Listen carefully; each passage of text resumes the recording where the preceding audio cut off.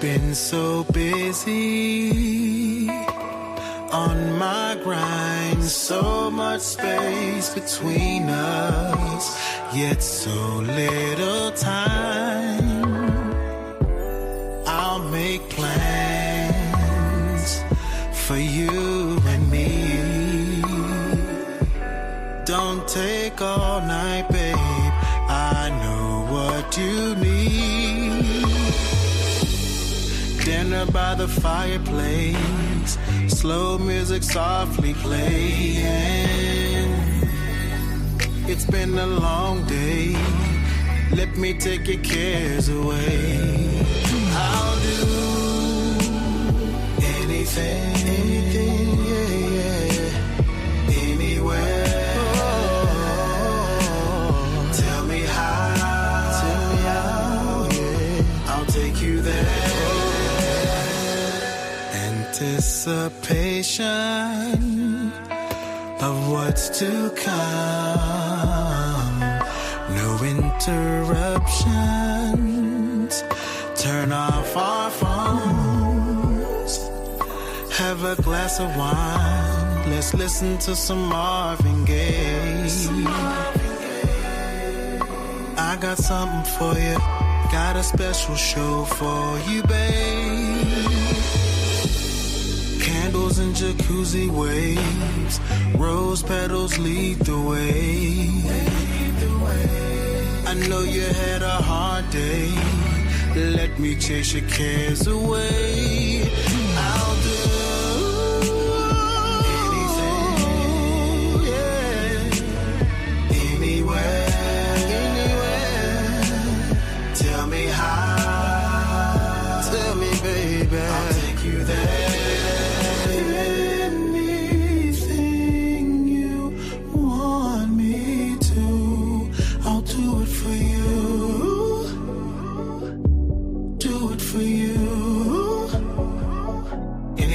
You want. I know you like it, baby. I can see it in your eyes. Let me take you higher. Sit back, enjoy the ride. I got you open, girl. And yes, I aim to please. I'm not gonna stop. Keep it hot till I hear you scream. Yeah.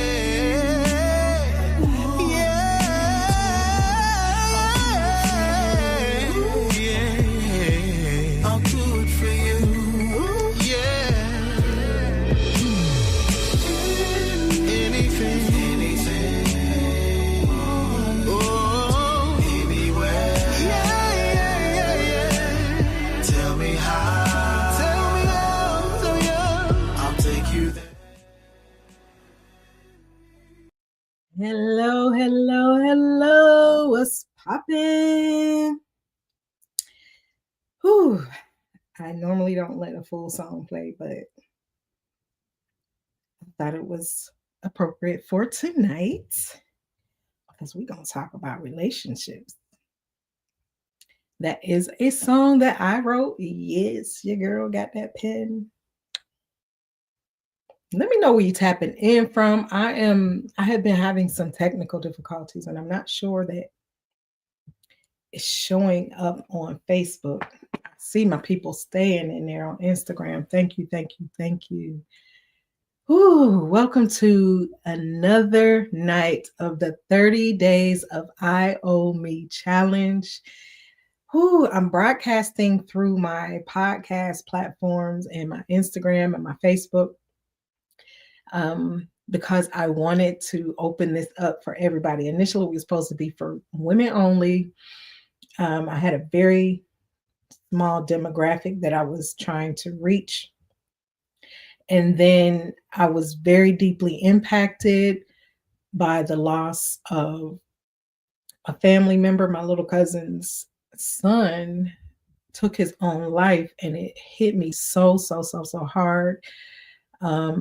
And I can't imagine and like going through that. So I opened it up because there's so many different things.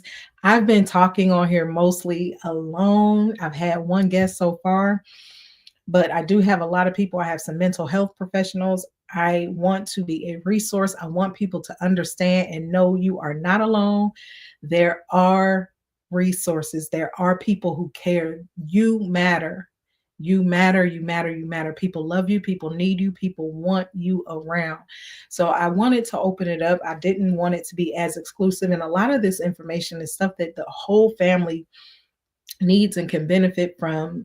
My guest 2 nights ago was, we called it Credit Reset, and she was given all the game on how to increase your credit score 75 to 150 points in 30 days. She offered a discount for my viewers, and we're going to have a lot more of that, a lot more people who are bringing knowledge and information and resources to this platform. So the 30 days of I Owe Me started because of a conversation, and I have participated in a lot of workshops and conferences, and I realized that you might get a little bit, you might get the surface level, you might get some breadcrumbs, but then the person is selling you from the breadcrumb to a slice, to a slice, to a half a loaf, to a half a loaf, to a, and it was a continual cycle of upselling. And I just really feel like people need the information.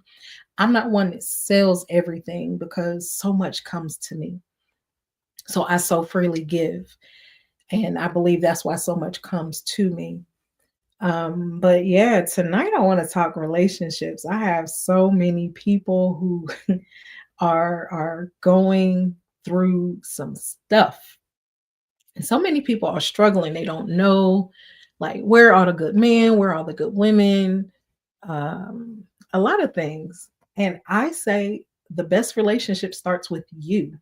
You have to have a solid relationship with self before you can offer yourself to anybody else.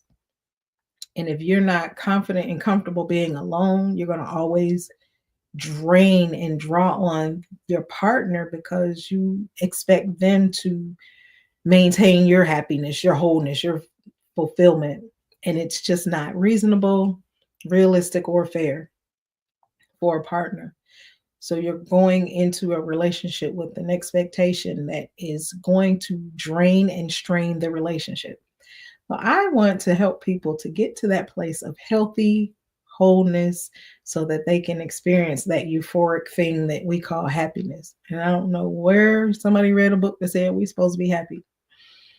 I don't know. It's nice.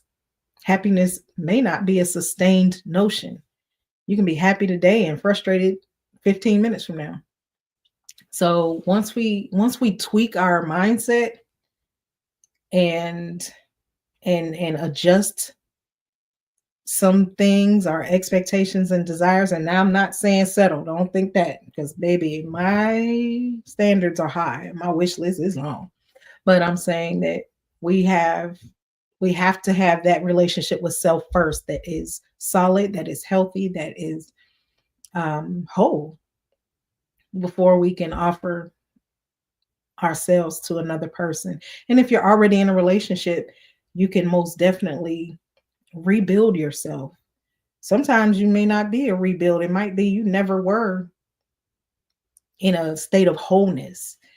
So you have to come to a place where you can strengthen and fortify you so that you can be a better partner going forward, and that you and your partner can have a healthy relationship. I'm all for the family unit. I want people to stay together. I am always team stay together. If it's no abuse, violence, disrespect, all those things, neglect, I'm always an advocate to save a relationship, especially one that is a marriage. Whew, yes. So I am excited. We got a few people on Instagram. Jordion Jazz, Melvin Gregory. Welcome, welcome, welcome. Thank you. Give me a share if you can. I feel like my Instagram screen is frozen. It looks like it's frozen. Not sure what's going on. I hope it's not frozen because I'm live. I'm here. And I don't know. Oh, okay. Facebook. Hey, Fee. Love you, love you, love you. Yeah, Jesse Jones. Oh, Facebook is jumping. Okay. Jesse, he's a podcast alum. What's up? What's up? What's up? We got my son. What's up, Clint? Quint, I'm sorry. That's my baby. Um, yeah, we got a few people on here. Okay. I was having difficulties all week long. I could not get Facebook to show, and people were saying that they couldn't see it. And I'm like, it's showing on my end that it was live. So thank you for joining. I do not take it for granted. And I am here, man. I want to have some conversations about relationships. What are you guys dealing with? What are you struggling with? What do you want to do better? How do you want to grow? Are you clear on what it is that you want? Do you think you're clear and you're not clear? That is the biggest obstacle we face. We don't know anything beyond, I mean, Instagram is having platform wide issues with streaming.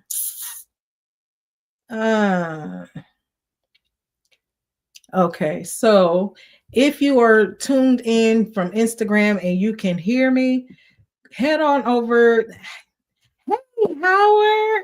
Hey, I haven't seen you in so long. You guys can head over to my YouTube channel, Blowing Bubbles Podcast on YouTube, and definitely go there, subscribe, please, and thank you. Instagram is tripping. My system just let me know, like I use StreamYard, and StreamYard just let me know that Instagram is having a system-wide issue. So it's not me, not my internet, it's Instagram. So go on over to YouTube, join me. Let me in some comments on YouTube. Hey. Okay, it's coming up. So I tweaked some things. I finally figured out how to get the Facebook comments to come on my screen so I can see y'all and I don't have to be looking down at my phone. You still single, Jesse? Okay, we might have to bring you on screen, man. We might have to bring you on screen. What's up? I love having like real honest conversations, candid conversations. I want people to be able to express themselves and say, like, what is it that you're wanting? What is it that you're needing? Where do you see your gap? Like, how come you're not where you want to be?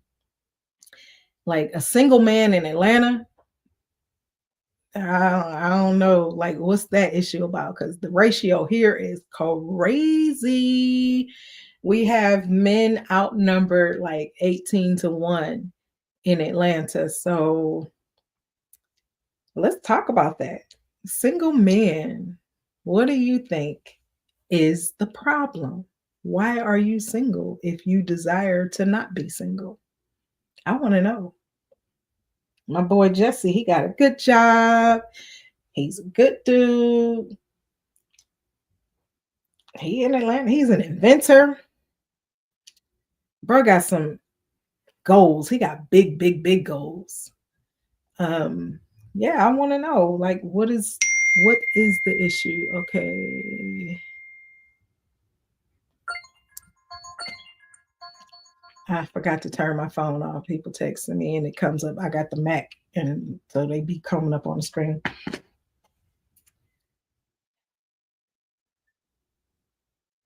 What's your vision for your life, for your relationships?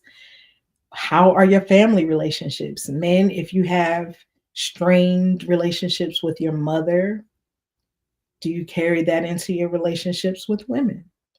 Women, if you have strained relationships with your father or lack of a relationship with your father, do you carry that in relationships with men? A lot of these things are subtle nuances that we often overlook. And if you don't like clearly do the introspective work, like dig in and look within, man, you got to look backwards to go forward sometime. And that's what I did for my book Residue. If you haven't gotten that book Residue, Growing from Crush to Crushing It, I dig into all of that. I had to go all the way back to 6-year-old Karana and do the work. And doing that work made me a better friend, made me a better mother, daughter, sister, partner, all the things. And I'm grateful for it. It was a tough journey. but I'm grateful for it. And everybody has not taken that step to really identify what it is in them that keeps creating the same cycles of brokenness and toxicity. When you look within first, don't look at what they did, what he did, what she did, what they're doing or not doing. You start with you, because you're the common denominator in every relationship. I don't care if it's a workplace issue. I don't care if it's you don't get along with the people in the choir at church. Like, you constantly butting heads with somebody always. Maybe it's you. And that's not a shout at anybody. That's a hope to inspire some self-actualization. If you've known me for a long time, you know me more than 20, 25 years or so. You know, I used to fight all the time. I was always fighting. It's amazing I don't have scars galore, because I was always fighting. Well, nobody was hitting me in the face though. Sometimes I get silly, but I had a lot of stuff that I was carrying on the inside, and I had to really face it, because when you get to a certain age, like blowing up and acting outwardly with your emotions, people just don't deal with that. Like, I know I don't. When somebody comes at me with some crazy outburst, man, it's so easy for me to remove myself from situations. I'm just not going to deal with it. And I want to really have the conversation. I want to see who's trying to jump on here, man. Who's trying to jump on here with me? I really would love to. Aaron, what's up, my friend? What's up? I would love to hear your conversation, what you have to say about relationships, whatever your status is. We can have, I've been single, I've been married, I've been long-term girlfriend. I had best friends for over 40 years. So I'm very well, of course, I'm the oldest sibling of my parents' children. And so I'm a sister, I'm a mother, I'm a nana. I got 5 grand angels. I love them to life. I got a million cousins. I love my cousins. They all crazy, just like me. I love all y'all crazy selves. Yeah, man. I am an entrepreneur and really hoping that by this time next year I have a full staff, because I'm so busy that I have to have a full staff. And that is across all my businesses: real estate, speaking, writing, coaching, all the things. I want a full team, and I'm speaking it into existence. How do I get on? Okay, let me send you the link. Hi, I'm going to send it to you in Messenger, Aaron.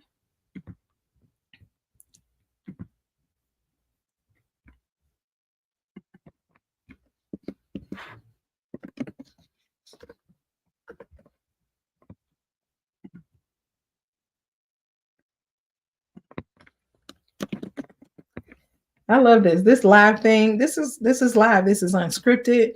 Like, whatever we want to do, that's what we do. All right, link sent, brother. Jump on in here. Let's go. Let's go.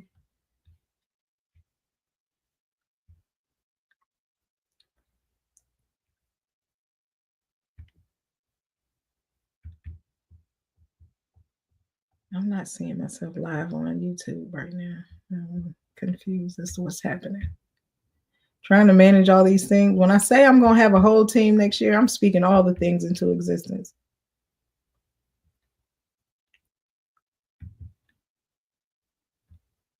Apparently, I'm not live. Womp womp. We are getting ready to have our first guest. I'm claiming it's going to be more guests tonight.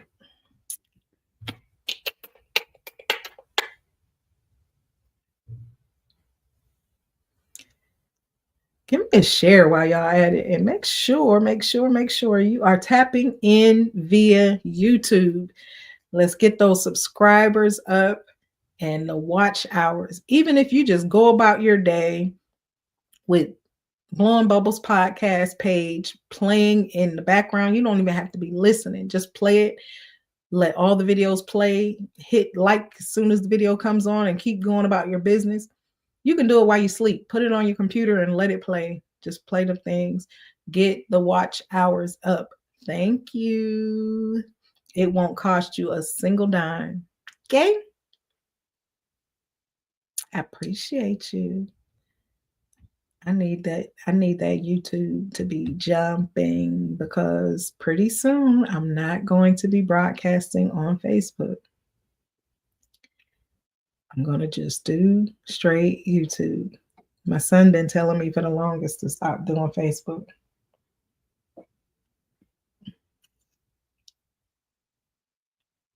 I'm waiting, Aaron. I'm waiting.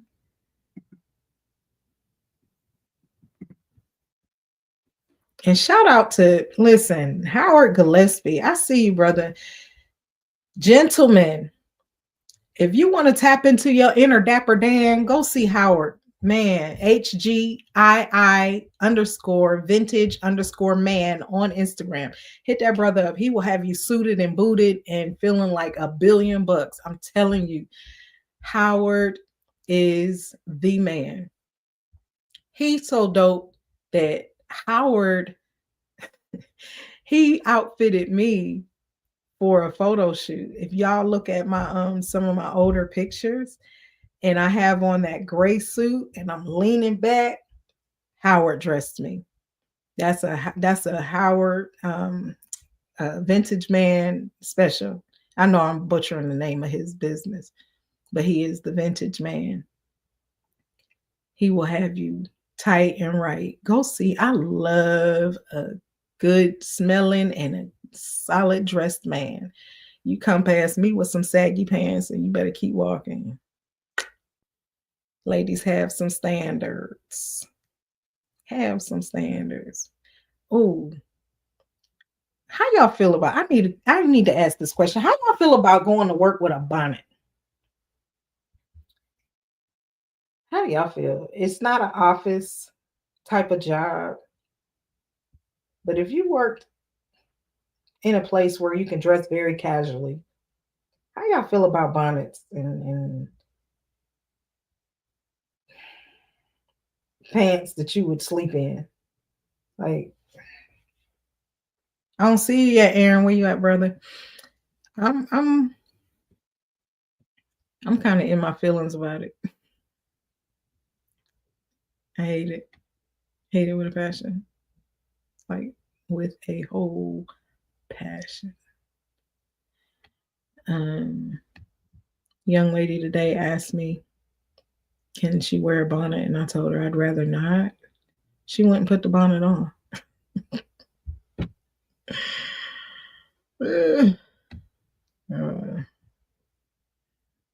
I don't understand why she asked me and then turned around and did what. Oh well. Let me see where my brother is at. I feel like today I am talking in circles because I don't have. Hey Maria. I so appreciate your life. I think Maria, other than my mother, Maria Wheeler has probably been on my streams more than anybody. Thank you. Thank you. Thank you so much. Man, I appreciate your life. I don't take your time for granted. It means so much when I see your name pop up on the screen, girl. That's the home girl. I've known Maria since I was very young. I think we lived one street apart. Went to from a little town. When you're from a small town, everybody go to the same school, and that's the town is that small. It's one school, K through 12. So yeah, Maria has known me forever. So I thank you for tapping in. We talking about relationships. Well, I'm trying to get somebody. I sent somebody the link to jump on. I sent a few people the link to jump on. Um, Nobody has made it on yet, but I want to have the conversation. Like, what are people's needs? What are people struggling with? How can we fix it? If there is anything to fix, is there something that people need guidance on? How to be better? I really, really, really want to see people make it, like for real, for real. Um, I want to see everybody make it. I love. Like a friend of mine posted her pictures from her wedding the other day, and I was like, I melted like it was my sister, or like I could feel for her because I know some of the things that she has been through. So I was so happy for her. I said, "Girl, that gives me hope." Whew.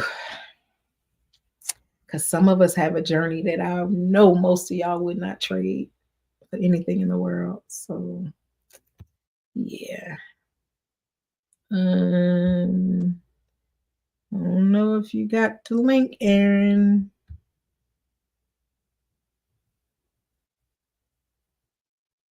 Oh, there you go. There you go, brother, brother. Let's go. Hey, how's it going? Man, it's going great. How are you? Doing okay. Doing okay. I'm grateful to be alive. Amen. Uh, Mm. So, You um, sounding a little heavy. What am I hearing, my brother? oh man, I was helping my friend out with somebody last night. Caught a cold. Oh, okay. Okay. So I'm coming back from that.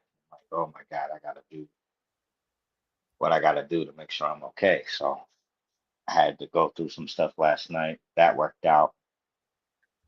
And I had to deal with it today. I had to go to work, so I couldn't really finish dealing with it till I got home. So it just got done. I'm still dealing with it, but I'm way better than I was yesterday, or last night. Great, great, Way great. better. So that's what you're hearing in my voice. Okay. It's a cold. I'll take a cold over, something really going on with you. Okay. No, nothing really going on. Um, Okay. I'm working to make sure nothing's really going on. Period. Right on. That's all we Yeah, can do. yeah, So yeah, yeah. what is your life looking like relationship wise, my brother? Right now it's looking complicated. Um, there's someone, but so that someone is persistent. Okay. And so their persistence has my attention, but like we don't mentally align on a lot of levels. Mhm. And so because Okay. we don't, as a realist and somebody who has failed at relationships enough, this is a red flag. Like no matter how bad you may want it, no matter how much I think, well, I could work past it in life, when you have core beliefs that absolutely don't align, it's just not gonna work. I don't care what you try to do. I don't care what you think you're gonna ignore. I can look past that. No, it's Yep. your core. It's who you are, and you going against yourself by staying with this person. Absolutely. How long has this situation been? So how long have you been seeing this person? Um, Longer than a year, Ooh. How long into it did you begin to see those red flags? early, and I. Mm. So here's what's interesting about it. at the moment, that I could accept that what I thought was real about it, at the moment that I knew, okay, we're not aligned. I stated it immediately. Mm. I was like, nah. What I said to her was, I said, we are not equal. I said that pretty early. Um, so she's got something in her head. She's spiritual. She's Christian. Let me not say spiritual. Mm. Between the two of us, I would be the one called spiritual. She would be the one called Christian, Okay. which is where we don't align. And that is very important because that's Very. your core. So it was like, it's not changing on my end. I've gone through what I've gone through. I've learned what I've learned. I can't unsee what I have seen. So I am who I am. There's no judgment on you as who you are, but her is who she is. If I was to let her push past and keep it going and say, okay, I give, it's still gonna end up bad because at some point the frustration is gonna really bubble. It's gonna boil over for her. Hmm. And then I'm still gonna look like the bad guy because I let it happen and I knew better. Yeah. Do you think she's believing she can convert you or change you? Hmm. Hmm. Ladies, that is one of the biggest mistakes we consistently make. When they demonstrate, show you, tell you who they are and how they are, stand on that. Get out of your head thinking that you can make somebody what they're not, what they don't even want to be. That's a whole problem in relationships. Girl, you met him in the club and you met him at the cigar bar the first 27 dates. Now you're mad because he stay in the streets. He for the streets, sis. Hmm.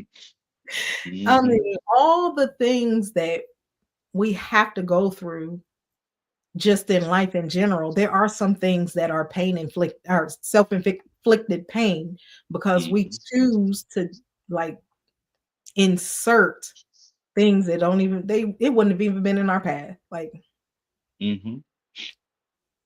it's like me and a man approaching me and he got a 7-year-old child. Like my third grandchild is like that same age. What am I do with him? Hey, We you never I'm not know. But I waiting on feel you you. to get a babysitter. No, I was there 30 years ago. I'm not. But you have to know what your standards are and stick to them. Don't compromise because something over here looks good. I like this. Man, we waste so much of our time. And so, what has made you stick around? I've seen crash outs, and I'm cool with disappointment. I'm not cool with crash out. Can And you explain that? What do you've seen crash out? Like you've seen her crash out? not her. I've seen it happen. Okay, okay. And so there's a couple things happening. One, I was concerned about her personal, like, okay, she's gonna crash out because she made something up. And then I had to like, no, you made that up. The reality has always been this, right? And then I had to finally figure out what the key phrase was that helped her go, oh, well, you really meant that. Yeah, I really meant that. Right. So now we're at this place where she's accepting that we're friends Okay. and we can work through friends because your core belief stays yours, mine stays mine, and there's no actual conflict because, well, as your friend, I'm just gonna pray for you. You could walk away. You're not necessarily deeply invested, Mhm. right? How we're gonna raise a child or do this or do that. Right.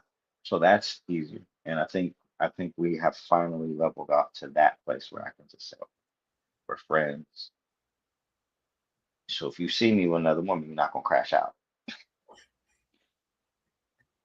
So and I think she's there. I'm not trying to test it yet, but I think she's there.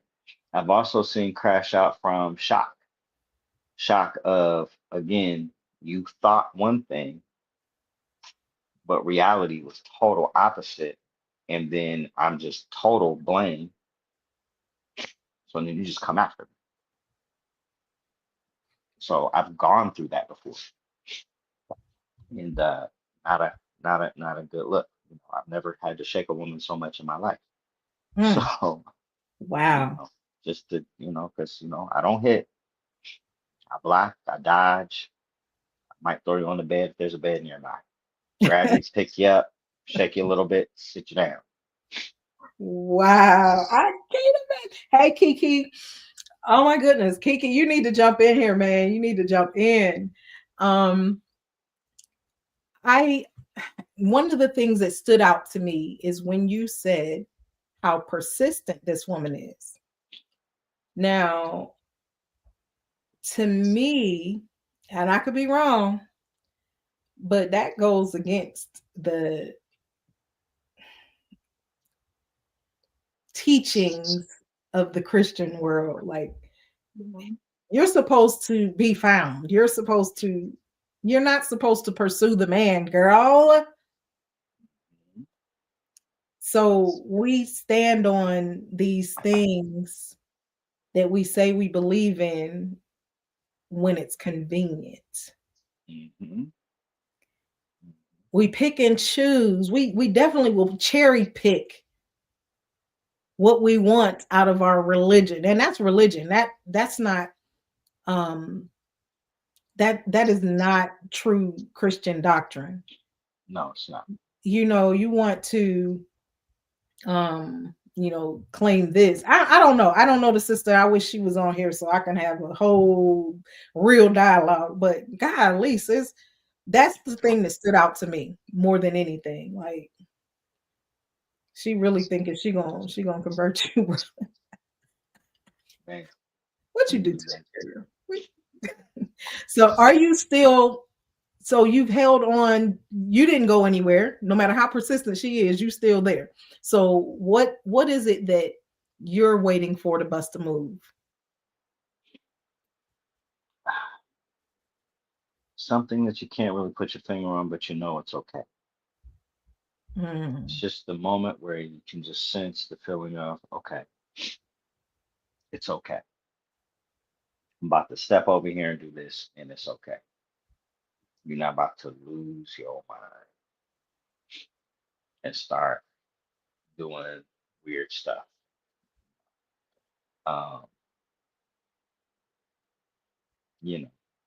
Because now, and I'm not trying to, so now let me be honest about her. So I don't want to put her in the context of she's crazy about me like that. I don't think that. I just know how the mind works. Okay. And so it's a real thin line. Like when they say it's a thin line between love and hate, that is real. It is. So, hold on. This is the first time I've had multiple guests. What's up, girly? Hi. Oh my God. I apologize. I didn't mean to interrupt anything. You said jump on, so I was like, okay. Heck yeah. So yeah, continue, Aaron. I hope you were hearing what Aaron was saying. I only caught a snippet, and the last thing I caught from him was I don't hit. I block. Oh, that was last part of your heart. Yeah. I pick up. I put on the bed. I was like, yo. Yeah, he said he had seen. Yeah, he said he's out clearly up close and personal. So what were you saying? Finish. So I asked Aaron, why is he still in this situation that he knows is not really going anywhere? So okay. Finish your answer. So Yeah, so I was just saying that the idea that it's a thin line between love and hate is actually real. I've witnessed it personally, and then also with friends or just other people. The Oh, I think you got a bad signal, bro. Uh-oh. Shout out to Did I do that? Did I do that? Shout out to y'all on Instagram. Instagram got some followers on there. Wendell Haynes and Greystone Trading 019. Thank you for tapping in. Okay, so Aaron seems to be How you having been, sis? I am good. How you doing? Good. Good. So, woo, child is What dating street what we blowing bubbles about today? What are we blowing bubbles about today? relationships, honey. Good. What's your relationship life like? How you feeling about these dating streets? Well, I'm not in the streets anymore. I'm not in the streets anymore. Really, I need to go to not in the streets per se, because I've never really been out there. But it's you blowing bubbles. You can't even get them started. But yeah, so life is good. Life is good, but just it's work. With anything, it takes work. And my there was a and I said I was doing a t-shirt. I got a shout out to my girl Quana, because I'm actually working on a shirt for us, and it says work it if it's worth it. So you have to work it if it's worth it. And we're at this age now to where we're over 50. Yes. We're over 50. So depending on your track record, I don't have a long track record, because I'm loyal. So if I'm with you until I'm not. Just like that. So yeah, but it's hard, when you meeting people and trying to get to know somebody, trying to, what I'm saying, your likes and dislikes, it's a lot of work, man. It really be a lot of work. My guy, that I'm dating, we actually, this is it's crazy, because it's a 360. We never dated, but we were really cool in school. We graduated together, everything. We were part of a fraternity together, all of that. So it was just crazy that, of course, we linked back up on the book, but it was just per, hey, how you doing? I ain't seen you in a while, yada, yada, blah, blah, blah, whatever. And I knew that from my past relationship or relationships, I knew what it is that I wanted. I knew what I would tolerate and would not tolerate. And we make it, when we say settle, I ain't settling, I'm not this, that's wide. Absolutely. When you say what you will and what you won't settle for, what is the definition of I'm not settling? And my thing is, I know my worth. I know when I was brought into this world, on my birth certificate, I say this a lot, people laugh at me, but it says single. So I was not attached to anyone or anyone's hip. Now, like I said, being, when you get to a certain age, you learn, there are a lot of lessons being taught. So you learn, what you will tolerate, what you won't tolerate. Is it worth it? And you just have to have an understanding, be able to compromise and communicate. Yeah. And being, the line of business that, we're in, and we're in the industry. Right. We're not out there, like the big celebrities, but again, I say I'm a celebrity in my own right. I'm a celebrity. So, we be around a lot of different people. We go to a lot of different events. We see a lot of different people, whatever the case may be. So, and a lot of times your spouse or partner can be intimidated.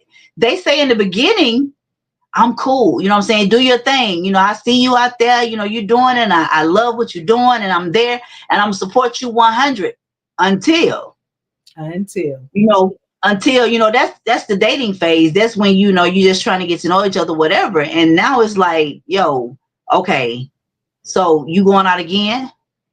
Oh, so who you going with? Oh, so you sure you going with your friends? Oh, so is, and I'm like, Yeah. well, first and foremost, dating phase, and my actual husband was that way. The more I blew up, oh man, talk about crash out. yeah. So and it's like, yo, I was doing this when we met, and it was cool. You know what I'm saying? And so it's like, I would never ask my mate to stop being who he is. I would never ask my mate to stop, unless, you know, you, the people you're surrounding, you know, depending on your people, your folks. I would never tell you to cut that off, or be like, you know, you need to stop dealing with such and such. You need, unless they're bad. But Right. we're grown at the end of the day. Right.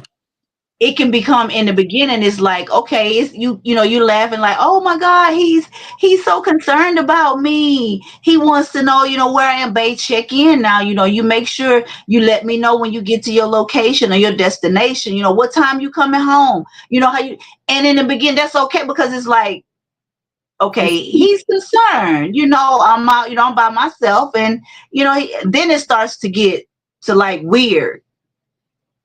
Then it starts to get to like, yo, why you, what's the real situation? What's the real question? You know what I'm saying? Yeah, Because we have to be I'm telling you up front. If we think it might bother us in 6 months, a year, we better check it the first time. Because baby, if you let something go today, that thing is going to revisit you over and over and over. Of course it is. Of course it is. Because I mean, we have, like I said, you have to be able to keep the lines of communication open.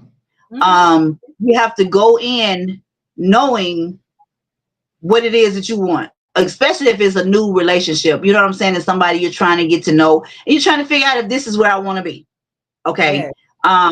I'm at the point in my life where I'm not doing a whole lot of dating. I'm not playing house with anybody. I'm not going to be anybody's girlfriend, no long time girlfriend. No, I'm not doing any of that. No, So the conversation was had up front. I'm just telling you what it is that I want. Now, at the mature age that we have been blessed to reach, that should be expected. Like, what we doing? We've already seen over half a century. If you don't know what you want by now, I'm already not your match. But you do have those that have been, as we, you know, coming up the shell of a man, you know, stage play, of which I am one of the castmates in, you know, plug. But it's you know, similar in those certain situations. You know, you look at the person, and it's a shell, you know, and it looks good, and then when you get into that situation, you're like, this ain't what I didn't sign up for. This I did not sign up for this. I didn't. But you have to make sure that you're keeping the lines of communication open. And like you were saying earlier, certain stuff you just can't let slide. No. Nope. You know, because if you let it slide, they're gonna be like, oh, I got away with it that time. Let me slip that in there again. You know what I'm saying? So patient is that's golden for me. I'm a very good listener. I heard you, what you said. Even if I don't respond, I heard you. Now I'm watching you. If it's something that raises my antenna, and once my gut starts to stirring, yeah, and that gut thing is real. That's discernment. You better. That's discernment, and people have to be able to. Again, you got to be able to tap in. You have to be able to know off the rip. Now, like I said again, you can't. We all come with a little baggage, but it's just how much are you willing to carry? Yeah. for the And other person. are you still holding on to? Are you, because you can have bags in the closet. They in the closet. You know it's there. You remember, but you've gotten past it. You don't have to go revisit and unpack that thing every other day. We all have experiences that have shaped us. But Right. if you're carrying that baggage on your back, like Erykah Badu said, "Bag lady," if you're gonna be that girl, you're gonna miss your bus. You dragging all them bags like that. Yeah, you sure are. As a metaphor for all of y'all who missed it the last 25 years. Yeah. It's not Yeah. talking about no plastic bag, but if you got that baggage in your mind, you're going to miss your bus. That's what my that book Residue, when I say I don't care if nobody on earth read that thing, when I wrote it, it was a release. When I declared the end, all the weight of my residue, all the baggage, the things that were blocking me from being the best version of me, it was just, I am so free. And that's why I know I can be the best friend, sister, boss, partner, eventually wife. Yeah. And I know how to sit back and wait and listen. Because that discernment, honey, you can't lie to me. There's nothing. You can't put nothing past me, because I'm telling you, God gonna bring it right to me. Yeah, absolutely. Absolutely. And like I said, you have to be in tune, and you have to know the difference. You have to know when enough is enough. You have to know when to say when. You have to know when to say, okay, you know what? Let's talk about this, because a lot of times we don't want to talk, or we're talking at one another, or we just say, whatever, or I'm not. Again, I'm at that point to where we need to talk about this. Let's sit down. Let's have a conversation. Yes. Now I don't want to ignore the fact that my brother came back. Yeah. Talking about communication, Aaron, what do you think? Have you identified your communication style, especially as it relates to relationships? So I'm gonna say yes and no. And the reason I'm saying yes and no is because I'm more of a listener than anything. Okay. So in that sense, yes, because I need to know what you're saying before I go jumping off and doing anything. Okay. So in that sense, I guess my communication style is I'm a listener. How is that received in relationships typically? It's received very well because when your response is based on what was actually said, it's appreciated. Yes. The best examples I have of that is with my son's mother. She'll tell me something. She gives me anxiety from time to time. She doesn't know this, but it's like, we're in our 40s. What's anxiety? So I play back in my mind, what did she actually say? And then when I play back what she actually said, then I do the thing she actually is asking, and I get past all the other emotional whatever might have been in the moment. We had a moment the other day, last week. I was trying to establish time with her schedule, and her response to me was one where she responded to me in a little bit of a huff. She immediately caught herself, apologized for it, told me why she responded in a huff, and then just said, "What you're saying is okay." But she did say something very important, which is about the time I'm spending with my son. I'm like, okay. I let her have it because she was feeling away. And she was feeling away about something that really didn't have nothing to do with me. It's just in the moment that she's feeling what she's feeling for the reason that she's feeling it. And then I'm asking what I'm asking at that moment. Her response is coming the way it's coming. Yeah. If she wasn't feeling that way, she's pretty good at communication herself. She usually be like, well, do you mean you want to spend this amount of time every week with him? Or are you just saying on this day? That would have been what she would have said. Hmm. Okay. Instead, she just Sounds hit me like with a a, healthy co-parent relationship. we found a way. Yes, Great. we I found love a way. I love to hear that. Like Hmm. I I am such a proponent of um healthy co-parenting and doing things to support parents in communicating to raise the children. I had every reason in the book to be angry and bitter and all the things, and it was always about the kids. And one of the biggest compliments I've gotten in a very long time, my kid's dad called me and he's like, I'm trying to plan um, a trip to visit all the kids and the grandkids. Can you help me coordinate that? Because you talk to everybody, and you know what?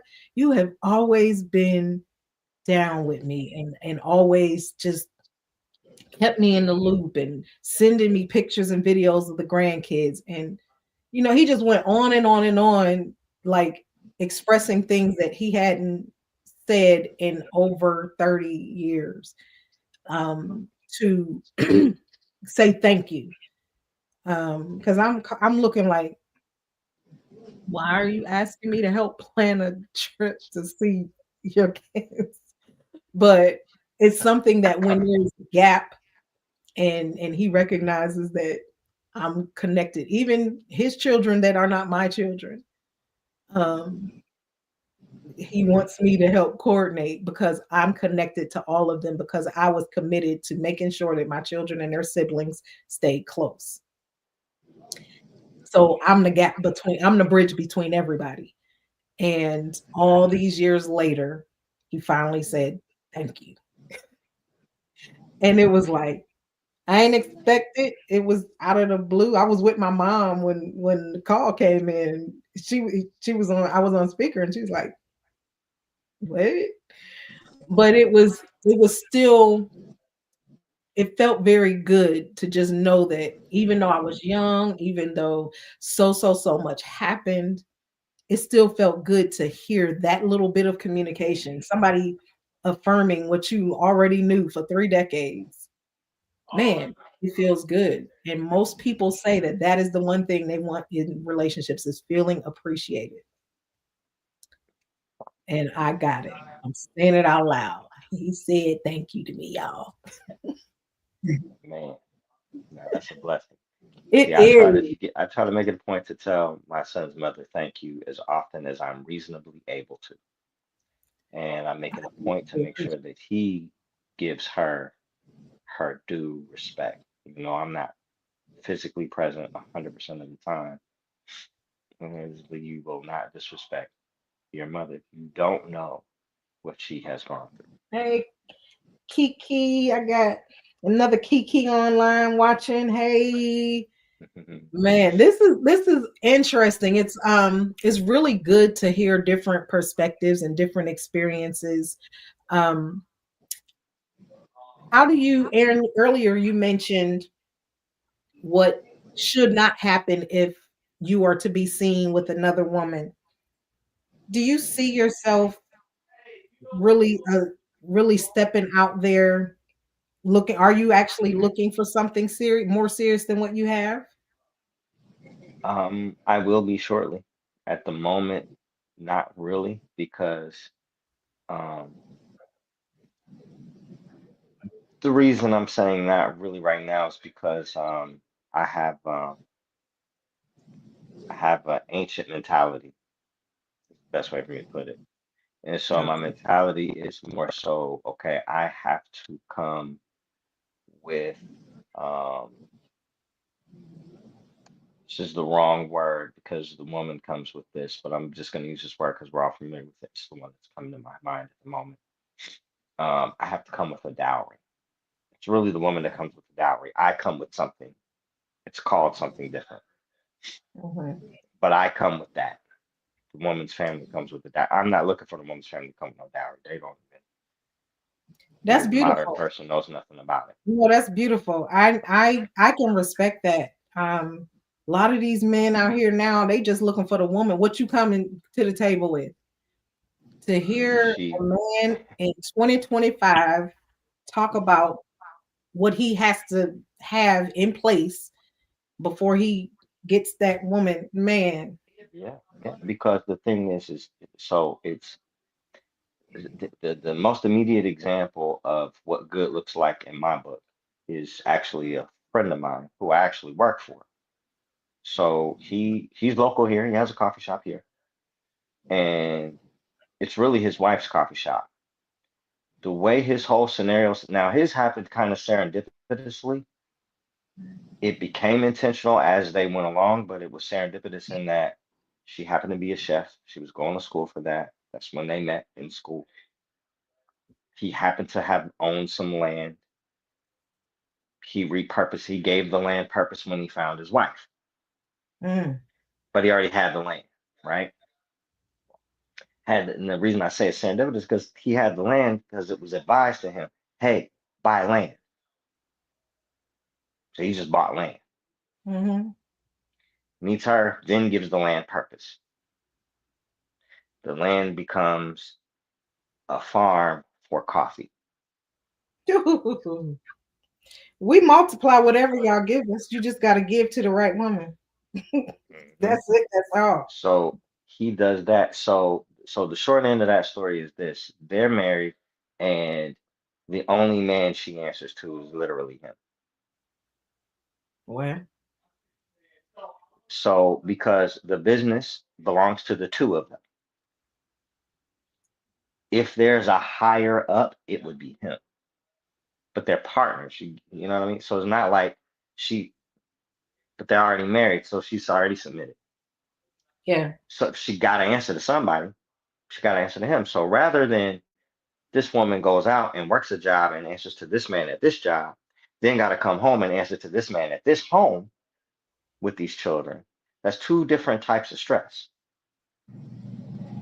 She just has one big continuous family stress. That's different. So that's the model you would like to see for your life? Yeah. At a minimum, I want the option present. Like she ain't gotta do it. Most women aren't gonna think the way I'm thinking about it. But I want the option there. I want the day that you get tired of dealing with this and dealing with that to be able to just stop and just know that I literally got it. You can do that thing you wanted to do the whole time, and I already got an infrastructure, and nothing's gonna fall. Woo! Okay, ladies. Right. So that's what I'm in the middle of building at the moment. Okay, Kiki. And I think that's why my friend is being persistent, because she knows that's literally what I'm doing. Okay. Well, we'll stay tuned. I want you to keep me updated on how that goes. Yeah. Have you and your man had I'm sure you did, but how do you communicate your vision for your life with regard to relationships, and what's your process for really discerning if this man aligns with the vision I have for my life? We're long distance for one. Okay. There's miles and miles. When I say miles, there are thousands of miles between us. Because he's in Colorado. Okay. So that in itself takes a lot of trust. Well, with anything, he could be right next door. You still have to have the trust. Communication, keeping the line of communication open. And like I said, when we linked up and we got together, I wasn't looking. That's the best. But I've told him, and he showed up in a time when was needed. Mm. But I've told him, and I'll say this, I say it publicly, and I prayed for him. Mm.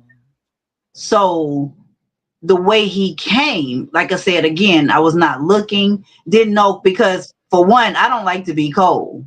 And we talk about being Carla. thousands of miles away and then being in the cold. I'm like, yo, wait a minute, Lord, hey, you is just am I being punked? What's really going on? what's really going on? But I said, I said, I prayed for you, meaning I prayed for a person who I could share my innermost, thoughts and my feelings with, and be intimate, and not sexually, but just be intimate, just enjoy just enjoy us. A great laugh. I mean, we laugh all the time. When we're together, it's like, and because like I said, when I go, I've been out there, several times, and I am just in love with those mountains. It's so beautiful. I am just in love. And the thing about it, he's more so he's a chill guy. I'm the outgoing person because I love karaoke, I love to hang out, I love this, that, and third. So he's the chill. And that could be a little bit because, again, we're not in the same state. So, whereas like I explained to him, I'm with my people. I said, because the minute it's time for me to transition, it'll be you and me. Mm. You know what I'm saying? I won't have anybody to run to lean on, to do, and except for him. Now, I don't have a problem with that, and that's not what I'm saying. What I'm saying is, I am not going to shut down my world that I have, my surrounding, like cut my friends off, I'm not shutting and cutting people off. I'm introducing you and I'm bringing you into my world because this is what I have going on. That's so beautiful. I love you. I love them. I've introduced him, and like I said, he's been introduced to the most important people in my life, and that is my dad and my children. And a few of my, a few of my, my besties. But what's important to me, I mean, and also he's met a couple of my siblings as well, because again, like I said, we were young back in, high school. So the kids were little, they didn't know anything about it, and my children didn't even know him. But the fact that I'm allowing him to build a relationship with them. So he communicates with them on his own. Wow. They talk. They communicate, him and my dad, they're like besties, what I'm saying? And that makes my heart smile because you're daddy's girl. Well, daddy is all I have. Yeah. I was a stepmom, but my dad is all I have. I lost my mother at 8. Yeah. So, but even though my dad remarried, me and my stepmom, we cool, we good. It's always been my dad. So yes, I have that male perspective of what it's supposed to be like, what it's supposed to look like. What do you take? What do you do? And so to have him be a part of this and for them to communicate, for them to talk, and that just makes my heart smile because it's like, okay, God. That is so important. I say, okay, God, I hear you. I see you. And I'm at the point where I say, I'm good. So if this is where I'm supposed to be, if this is what I'm supposed to be doing, then continue to show me, continue to direct us, continue to guide us. But like I say, we have to be able to communicate. Right. Communication right now is really big. It's even more larger because of the separation, of the distance. Yes. So, and then, like I said, it's getting, harder and harder to go out there and have to leave. Because we have such an amazing time. We have such a good time together. It's like, time is of the essence. We have to, we here today, gone today. So we have to, every moment in life has to count for something. And I live my life out loud and to my fullest capacity. Yes. You know, that's so important to be so intentional about how you live every day. That's the I've word. Intentional. That's the had, word. Intentional. Yes. I've had conversations with women in their 70s who are still having dating issues. Like it's so important to understand that just because a person gets older does not mean they grow up. Nope. And you could be out here, and I'm talking about it doesn't matter. They are head pastors in churches, been successful in business, done all the things. You would think they got all the goofiness out of the way. They still the same as a lot of the 30-year-olds. And it's a lot of people who are having challenges.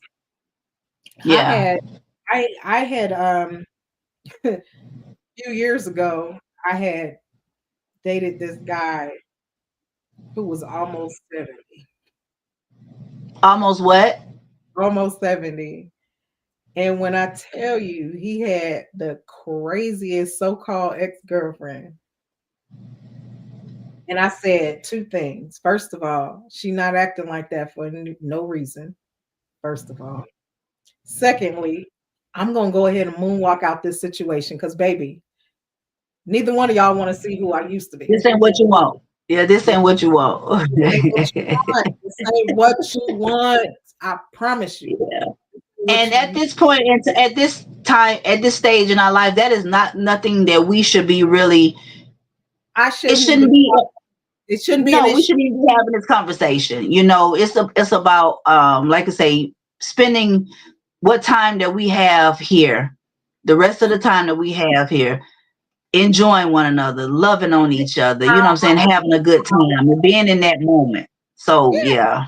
like let's make plans. Let's decorate our passports. What are we going the biggest challenge I want to have in a relationship is what do I want to eat today? Where do I want to go? Oh, like, I'm ready for the relationship that when a man asks me what I want to eat and I say I want to go to Bongos in South Beach, he say, let's go. And that's where we have dinner tonight. That's the Ooh. lifestyle. That's the lifestyle I'm ready for. Well, baby, hey, you have to put it out there. You have to claim it, put it in the universe, in the atmosphere, and you have to command it. If that's like you said, if that's what you want, then That's it. that's what you get. Yeah. Wait a minute. Hold on, sis. Hold on. Okay. Nisa K, I sent you the link, girl. Jump on there. We still here. I've been having so much fun. Johnny Singer, thank you for joining. Man. And Yeah. before I forget, I want to make sure I give you the shout out. Listen, this is my sister girl. There is no garment safe with this girl right here. This is cut 'em up key. You talk about vision. I have never in my life seen somebody take one thing and make it sometimes two and three other things.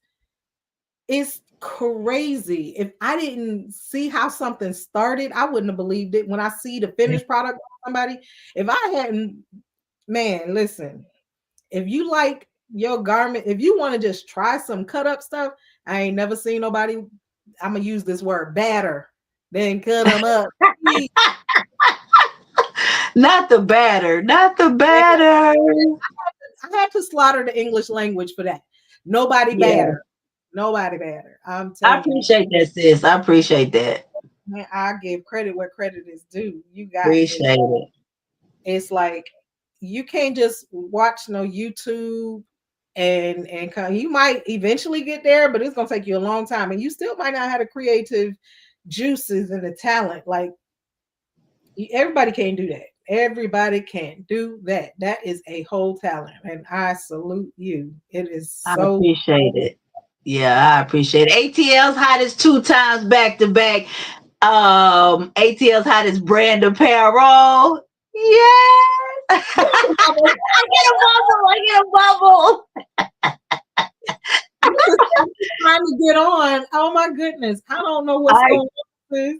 I get a bubble. But yes, you know, like I said, at this moment and at this stage, I can truly say that I am happy. And you know, and the thing about it is, you know, a lot of people say, well, you know, a lot of people, they for likes, you know, for giggles and likes and all of that kind of stuff. But I think a lot of time, I mean, we know what we are. We know what we have. You know what I'm saying? And those that's most important know what the deal is. If it's broadcast, if it's put out there, because I told him, baby, when we pop out, we definitely gonna be popped out. We're gonna pop out. We're gonna show up and show out. But I'm good. I'm good. Just, you know, under the radar. You know what I'm saying? I don't. It doesn't have to be. I don't have to put you on blast to know that I got you, to know that we got each other. I don't have to do that. But guess what?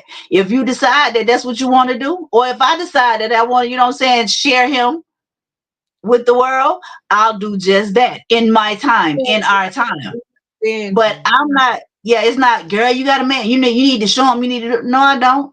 For what? I'm almost 54 years old. I know what I got.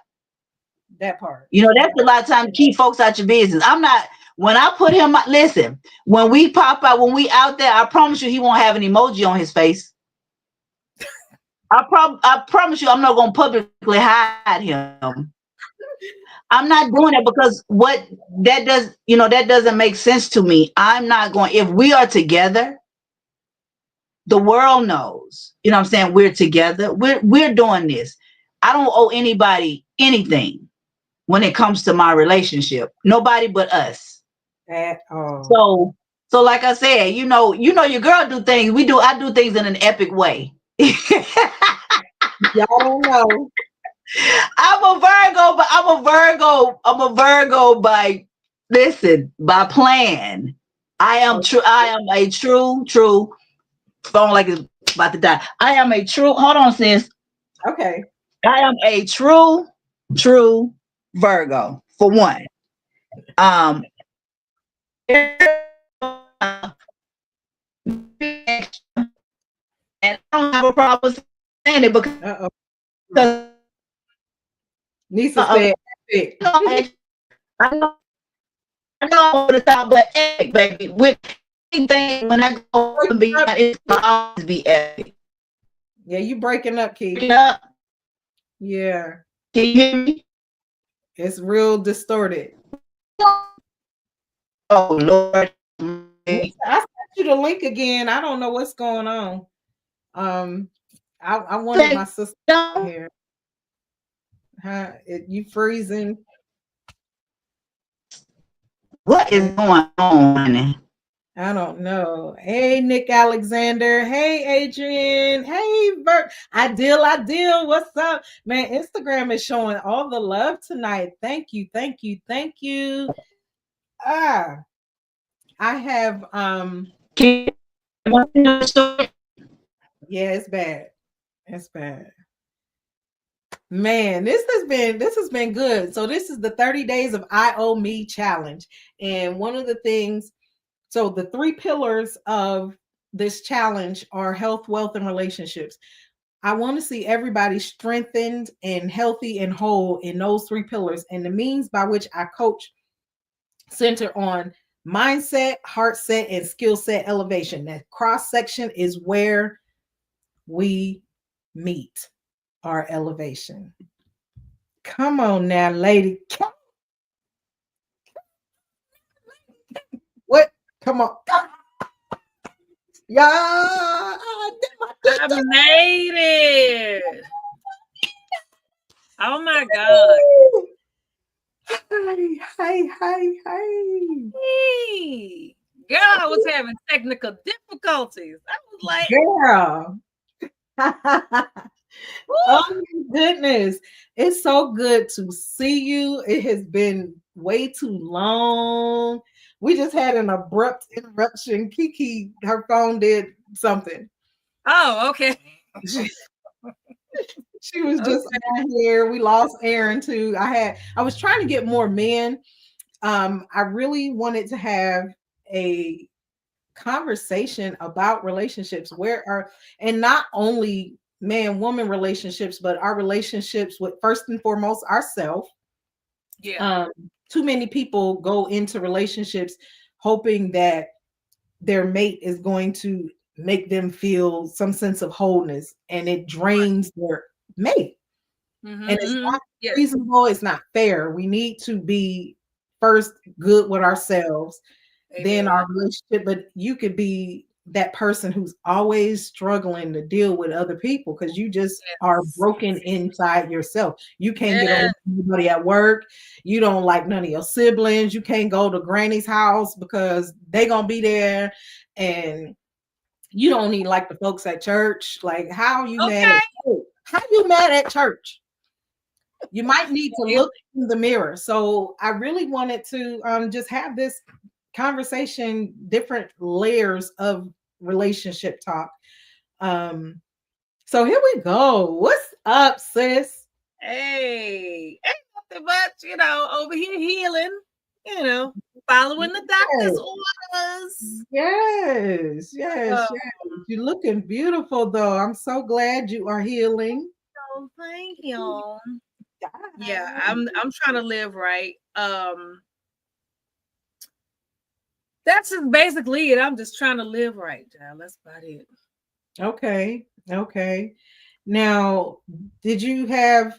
I don't know how much you comfortable talking with. You had surgery. Oh yeah. So Okay. I had to have my gallbladder removed. And that was TLA Sunday is when all of that happened. So I'm sure everybody was asking Kiki where I was. I was at the hospital. I saw that you stuff cut out. missing the girl. I had mine taken out in 2022, and it went all bad. It went all bad. It was supposed to be outpatient. It was outpatient, but I ended up back inpatient. I stayed in there another 5 days because my lung collapsed and all the stuff happened. Oh my God. It went bad. I haven't been able to sing since. That's why you don't see me at karaoke. I can't hardly hold a note. Are you? Oh, because Still. man. I mean, I could sing a little bit, but it's a strain. Like, I can't really get the breath. And it always come from my throat now, and then I'll be hoarse in 2 notes. Yeah. I haven't figured out how to master that. Like, it came back. Like, they kept me in there until like it did what it needed to do. But yeah, it was not a good experience for me. Oh my God. No. Yes. So I'm glad to see that didn't happen to you. No. Shout out to Dr. Hill at Piedmont Fayette. That's what I went to. They I can't remember. You went to that one? Yep. Now the nurses and the hospital staff were amazing once when I was admitted in the hospital those 5 days, but something didn't go right in that surgery. Yeah, they were able to get me. At first they were saying, well, because it was a Sunday, and they were like, well, we don't know if anybody can come in. It's a weekend, might have to hold you till Monday.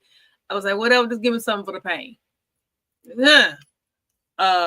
But the surgeon was available. They got me in there and kicked me out pretty much the next day. Yeah. They will do that. Yeah, they were like, we're getting your discharge papers. I was like, you wanted to chill a little? Just a little bit. I was able to get breakfast and a lunch. And that was it. No dinner. No yeah. dinner. Did you have trouble? Like, do you have trouble now with what you eat?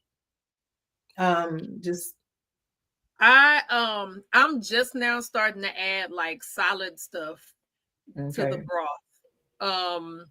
But when I came out, just because I didn't want to mess nothing up, I didn't know exactly what to expect.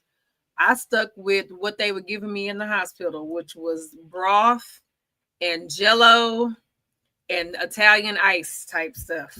That was it. Yeah.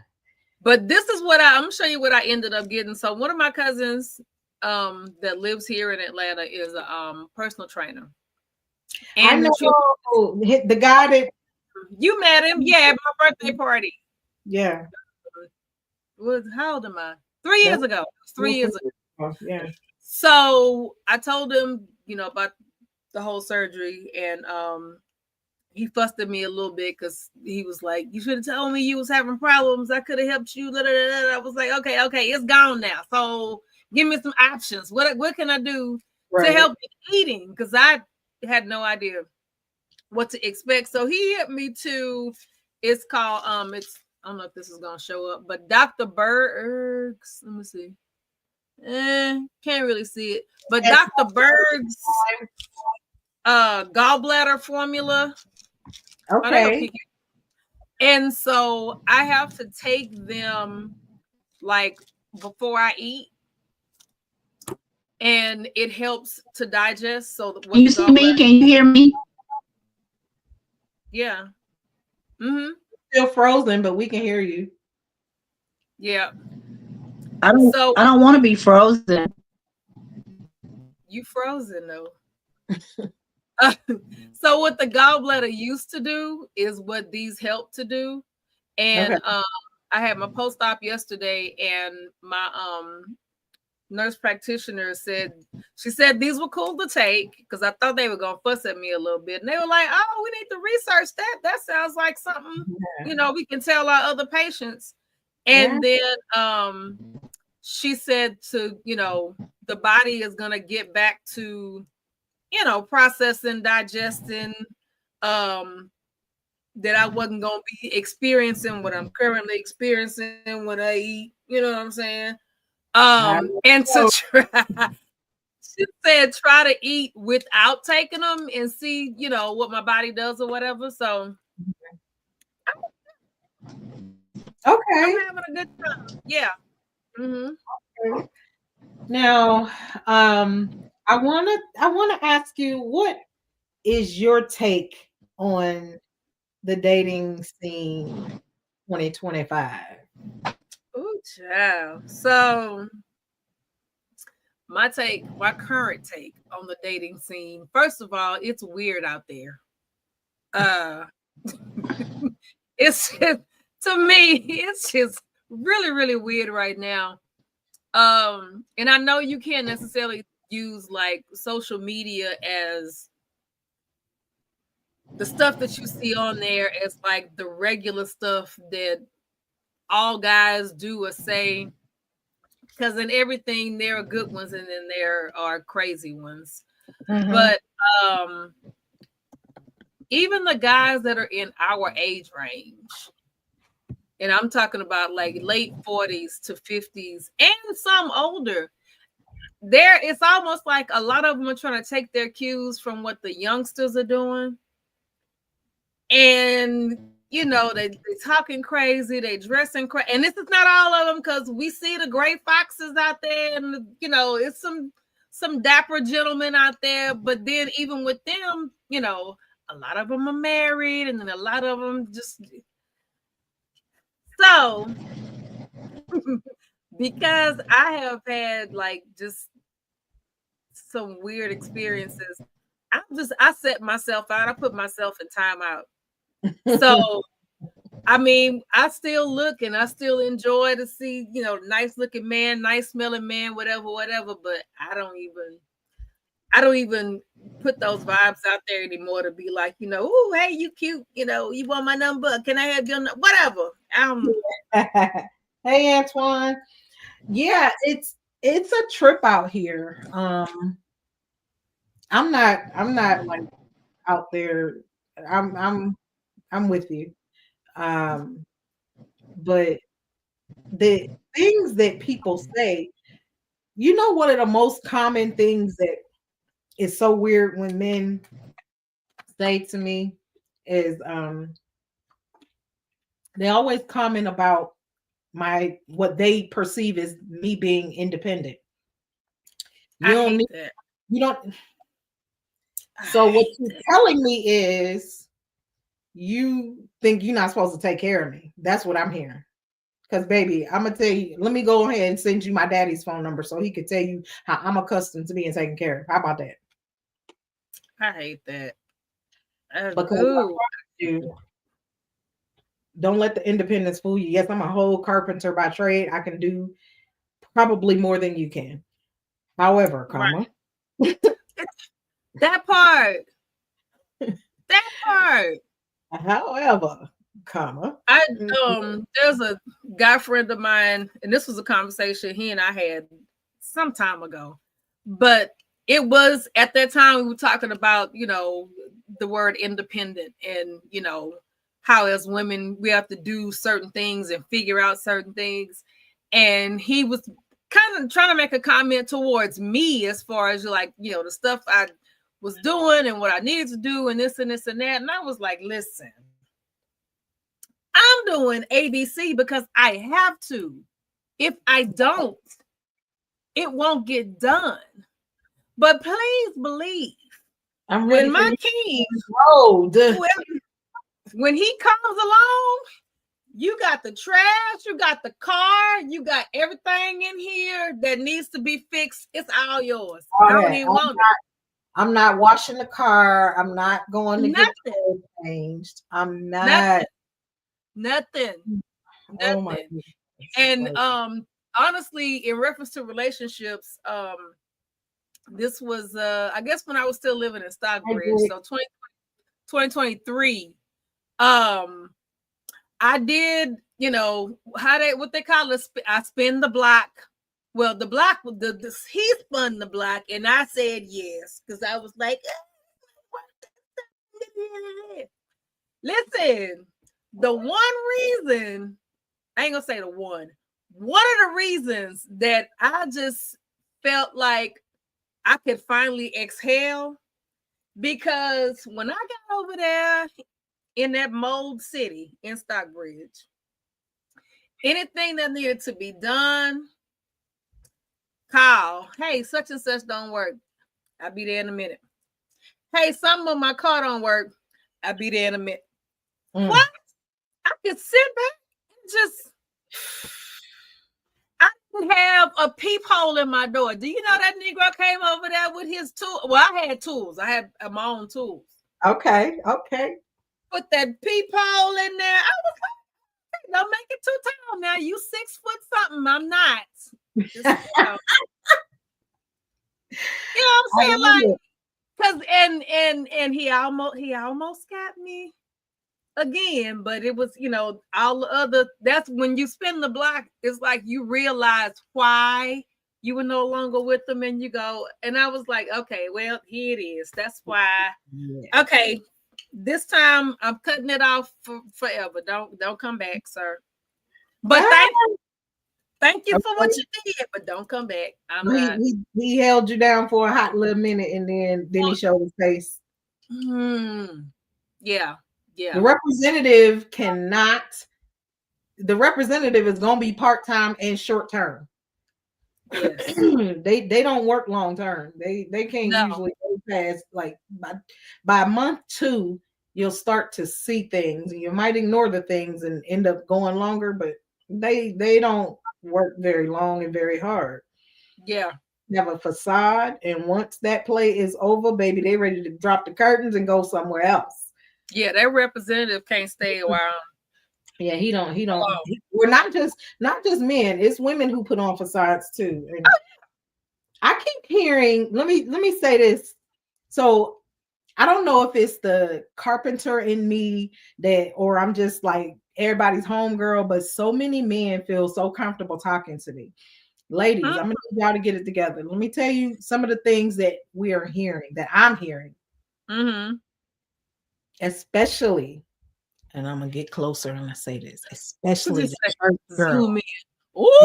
Especially the church girls. Let me tell y'all what these women are out here messing it up for the rest of us. They're getting the freak on, and then they get that man and they get religious and won't do the things that they did to get that man. And I'm talking about they're married. Now they won't do the things to please their husband that they did to get them to be their husband. Baby. Stop. Baby.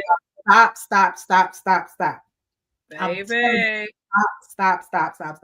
Don't you do that. Don't you do that because you thought God didn't see you when you was dating that man? Come on. You thought God didn't see you? How is it wrong if he's your husband? Whatever you two are doing between you and him, that's between you and him. Between you and him.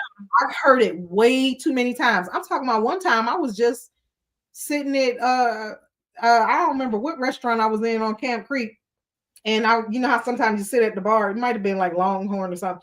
Anyway, I'm sitting there eating, and this man just start talking. I could see he was heavy. And he was so he just wanted a woman's opinion for like, is this something that y'all do? Is this common? I'm like, heck no. Right. And when I tell you this man, he was fine too. I'm like, she not. And he was just like, I love my wife, but dang, why it gotta be a fight to be intimate? He said, and I asked him how long was it like that? He was like, a couple months after we got married, she just stopped. What? And then I heard it like multiple times. Like so many women are doing that. They get too proud and shamed to do things intimately with their husbands. Y'all better quit that. Because baby, believe me, it's somebody who, number one, will do it and don't care that you're married. Honey, there's some women out there that literally look for a married man because they like, well, I can deal with him when I want to deal with him. When I want. And then he goes back home. My man is your man, is your man, is my man. Is that part. And the men, like the guy you talking about, the guy that you were saying in your example, he wasn't trying to do that. No, he wasn't trying to do anything. He wasn't trying to holler at me. It was like, now there's something I know it's a gift in me because I could be trying to just get some apples at Publix and some old lady will just end up telling me her whole life and her grandchildren. And I like, ma'am, I just want these apples. You got that energy. I definitely, people, they pour out when they get with me. And so he was like really like he was on Oprah's couch. Like he was not at all trying to holler. He was like, I don't know what to do. I am frustrated. I didn't even want to go home from work. That's why I'm here now. Because if I be around her and she not giving me none, I'm gonna snap. So I just came in here to get something to eat and have a drink after work. See, I better stop doing that. Like, they better stop. Y'all better, everybody out there with a husband, with a good man, you better take care of your man now. Anna, he's a good man. He's a good man, Savannah. A good man. Don't let him turn into Kenneth. Don't let him turn into Kenneth for Savannah. Because that happens. Because once they do, sometimes they don't come back because they mess around and get with somebody that's refreshing. And don't let them get with somebody that's not just trying to be the side chick. She's trying to be the main. She's going to, and she's going to give them just enough and say, divorce. And then you as the wife going to be looking crazy, talking about, what you mean? You ain't going nowhere. And he gone. I got a friend right now. I can't put no details out there because I don't know who's watching this, but oh my God. When I tell you that wife, it was one of these situations. That wife, whoo. I wish he was on here. If he was on here right now, I would feel comfortable asking him questions. I've been watching the comments. He isn't on here, but Lord. That wife, when he got tired of that foolishness, and it was the same thing. This man said he has not been intimate with his wife in over 2 years. Ain't no way. Ain't no way. Baby, let me tell you something. And my marriage is, I always talk about it. It was caca. He was a chameleon. But baby, when we were when we got married, because we only stayed married a year, so whatever. Listen, That man would walk in the door, still in his overalls. I'm sitting up there on the stairs with a cold beer. Here you go, Daddy. What? He Listen, told me. listen, Get off me. I'm like, listen, all the things. I knew how many shakes of salt and pepper to put on my husband's plate. What? I could look at him across the room and see he had a headache. You got a headache, vein? I see that vein in your temple. Yeah. You ain't no way. Y'all better get it together. I know I was groomed to be a wife. I was groomed. I had the elders. I was blessed to have both sets of grandparents and great-grandparents. Oh, that's a blessing. And my last great-grandparent died in 2008. So some of my children were grown. So they got to know my great-grandparents. They're great. So when I say them ladies, all my elders poured into me and showed me and told me how to do this thing. Yeah. Whew. And then the experiences of life have shaped my tolerances. And because, we all have standards, but there are some things that I'm just so intolerable for. Like, oh my gosh. Like, I'm not beard gang. I don't really like the big Rick Ross. A good trim. It's gotta be neat. I do not, but it's not a standard, right? It's just a preference. Mm-hmm. But some things, like, you can't have no little kids because what I look like. That ain't gonna work. I'm a whole grandma on these streets. That ain't gonna work. I'm not doing it. You gotta have, and I've been told that this is an unreasonable expectation, but if I can't be first, I won't be none. I don't think it's unreasonable. Age. Why are you in your 50s and you got a 2-year-old, sir? Go be with your baby mama. Listen, there's what we're not gonna do is have a date planned and then I can't come because ain't nobody babysitter. No, baby, no. I've met so many men in Atlanta that are our age who don't have kids and they want them. I'm like, that's not even fair to the child, bro. It's not. When a man don't have kids, he can't have little kids and he has to have at least one. So that's a definite hard, fast rule for me. Of course, the values got to align. That's important. Things like, do you pay attention to their ambition? Right. If your ambitions don't align with your man's, your mate, your woman, your man, whatever. Mm-hmm. If you two are not aligned in that area, you're going to have conflict. Yeah. The way that you work in the beginning to court that woman, mm-hmm. if she's one of those, I'm comfortable with my 9 to 5 and I'm going to retire in another 15 years type of women, mm-hmm. baby, your ambition and your drive to build your business or to sustain your business is going to irritate her. She doesn't care about the gifts anymore. She doesn't care about the vacations. She doesn't care about any of that because you're too busy to spend time with her. Yeah. So if you don't have, I dated a man literally who couldn't understand. He used to say, "You still doing that studio thing?" You do know who I'm in the studio with, right? Like, and when I say I was in the studio with people who some people would pay their whole year's salary to be in the studio with. You still doing that studio thing? Why don't you get a regular job? Mm-hmm. You've got to be aligned with your partner. You definitely do. Have to, all the things, spiritually, physically, mentally, socially. Socially Everything. Socially is a very, very big one. Like, socially is huge. What you mean you going out with your girls again? You're like, that's where you met me. What you mean what I mean? Like, I hate that. Like, you meet them out. I was out when you met me. And then all of a sudden we decide to be a couple. Then either I don't want to go. What you mean you don't want to go? Or like you just said, you going out again? Guess what? It's a group of us. In our group, it's always somebody's birthday. Exactly. Another party. Yes. Who do we not celebrate? It's always kidding somebody's me? birthday.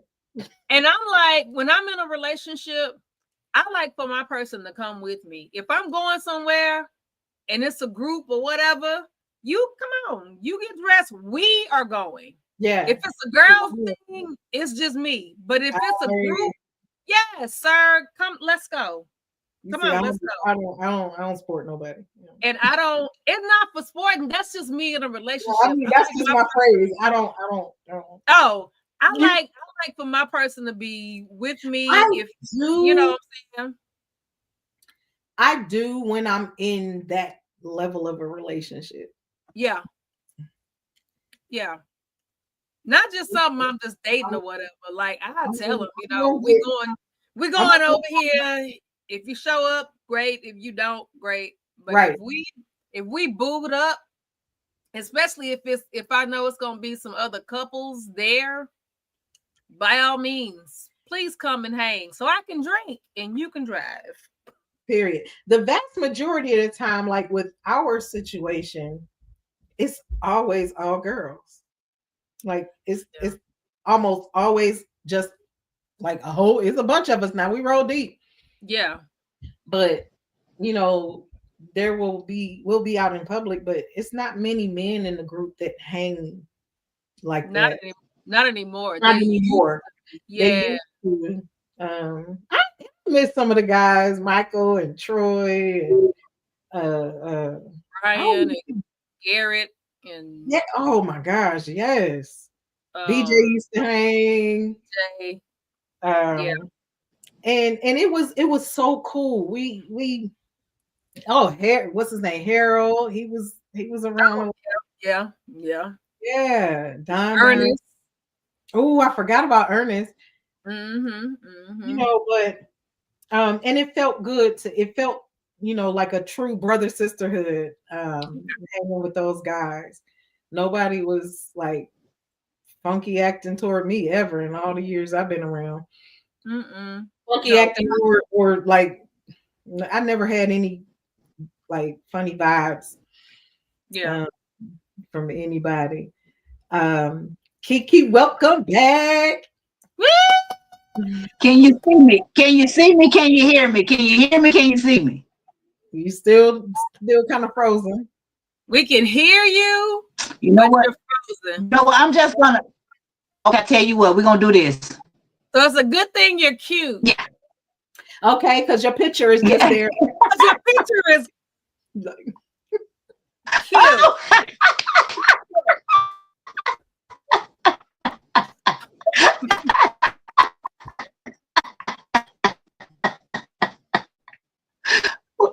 If y'all can hear me, then okay.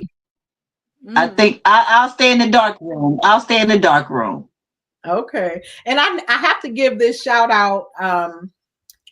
Ladies and gentlemen, if you all don't know, these two ladies have a podcast. It's a third one, the Ladies Den podcast.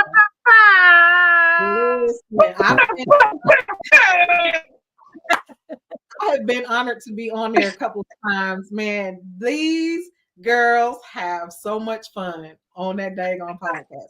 You got to tune in. They go live on Thursday nights. So tomorrow, y'all join the den. It's always, man, the conversations, like they make my conversations look elementary, man. They talk. Straight no chaser. Raw and uncut. Absolutely. Raw and uncut. I love it. We have so much fun on there. So check them out. Go to the YouTube channel, subscribe to the Ladies Den, follow them on Facebook, the Ladies Den. These two and Ms. V, like they go in. What is your topic this week? So I think we're gonna be winging it again. Okay. But last week there was a video clip that we looked at and talked about, and the clip itself like sparked a whole big old conversation. It was literally about a couple, but the clip itself was, there was a married couple and a child on an airplane. And then there was this flight attendant. That's the scene. It's almost like a Shell of a Man type thing where you got like a few minutes, but you get everything out of those few minutes. Okay. So the flight attendant is chilling and attending to the wife and the son. And the wife and the flight attendant have this really, really cute conversation of, you know, oh, hey, I like your eyelashes type thing, like just real casual. And then at the end of the clip, which it you know, it kind of cuts to later on or whatever. But the end of the clip, the wife pretends that she left her purse on the plane. She gets the flight attendant to walk her back to the airplane to get it. And she gets back to her seat. And the flight attendant says, oh, your son left his drawing, because he had drew like an airplane with a family or whatever. And she said, oh, don't forget your son's drawing. And she said, no, this is for you. Put it on your refrigerator to remind you not to sleep with women's husbands. So basically, in that clip, we talked about, you know, a lot of different aspects of, you know, what would you do if you were... So she was sleeping with that lady's husband? Yes. Yes. So from that, with this flight, it was so from that, and see the clip itself, it was like they had taken the scene and kind of split it. So you got the beginning and you got the end. They put it together. Yeah. So one of our den dwellers went out and did some research while we were talking about it, and we figured out the name of the show is Pan Am. And I went and found it on Sundance TV. I gotta remember to unsubscribe because it was a 7-day free trial thing. Okay. But I went and watched it. It was one season in which I kind of hate they ended it, but it was back in 2011 that they did. And so from that, I told our viewers I was gonna watch it and report back. So tomorrow, depending on what Bayou Diva ends up talking about, but we may end up discussing the show because that little clip got a big discussion. But I watched the whole show, and that ain't got nothing to do with what that show was about. It's a whole nother very interesting show. I hate that they need to pick it back up. So yeah, we did that, and then what else did we talk about, Kiki, last week? That was pretty much basically it. Like with the, you know, the clipping. Huh? Yeah. I said that was pretty much it when we did last pretty week. Much, because you know, like different scenarios and just you know, what would you say is what you do in that type of situation, because you know, it kind of, you know, you, like Nisa was saying, you got the child, you got the wife, and then you got the husband. So you would have to really see the clip to kind of put the whole thing in perspective, because it's like, okay, yo, we got a man in the back, we got the mama sitting next to the son, then we got the flight attendant. And you know, mom was like, oh my God, you know, you're so beautiful. Oh my God, are those your real lashes? You know, I wish I had those lashes. Oh my God, you know, just going on and on and on. And then, you know, she was like, thank you so much for allowing little Johnny to go up to the cockpit, you know, and visit the, you know. So, and then what is he drawing? Oh my God, you know, well, last time it was space. But the last time he had a drawing, it was a spaceship. This time it's an airplane. But again, you have to be looking at this clip. Like I said, it was full. It's like that long. It was full of everything, because it's like you really have to run it back and say, wait a minute, did she see? Wait a minute, did you see that? Because it was a whole family that he had drawn on the airplane. Mm-hmm. And you got the man when the wife was saying, "Oh my God, I wish I had your eyelashes. Oh my God, I wish I was this, and the third." And you got this man with these bucking his eyes like, "Oh shit. That man Can I say said, shit? Can I say shit? I'm sorry." no, I said that man said, he was looking like rut roll, Shaggy. Rut roll. Like, oh shoot. My wife is talking to my mistress. What should I do? Right. So, and then, and then, like you say, she said they left the plane, but she had left her purse. And when she went back to go get her purse, of course, she didn't leave the purse, but she left the picture instead. Yeah. Okay. And so when he was like, "Oh, I don't see it," she's like, "I don't see a purse, but here's little Johnny's picture." She's like, "Oh no, you keep that on you. You put that in your fridge to remind you, to not sleep with other women's husbands." So again, it's like, what would you have done in that situation? Would you have played cool? You know what I'm saying? Would you have calmly talked to her, knowing? Nope. I already know. I wouldn't have said anything to her. Because first of all, my face almost always tells on me. Well, I know mine does. It's not almost. Mine does. I have an inside voice. First of all. No, absolutely not. Listen. Oh, you know what? Hold on. Wait a minute. What? Just for one little second. Hold on. Just for one little second. See if y'all can see. Hold on. My shirt says, "Stand up." If my mouth doesn't say it, my face will. Is that what the shirt says? Okay. Yes, absolutely. If my mouth doesn't say it, my face surely will. I've been trying to train mine to stay blank. So I've got a practice that has been so effective. I picked it up in corporate America because I got tired of freaking defending my face. Yeah. Just not smiling had me in so many dang conversations about what's wrong. Ain't nothing wrong. It wasn't until you come bothering me. Like, so this, I swear, the thing that I do, so it's a little flap of meat inside this lip. And I can kind of sort of smile and gently bite that. It keeps me from opening my mouth, responding to your stupidity. But it keeps my lips in a puckered smile type position so that I can just whatever. And it's only so long. Start putting pressure on my hold it for a second. You're only gonna get it for so long. Yeah. I'm not. I tried. And my eyes still do what my eyes do. I can keep the lips going, but my eyes are gonna tell it.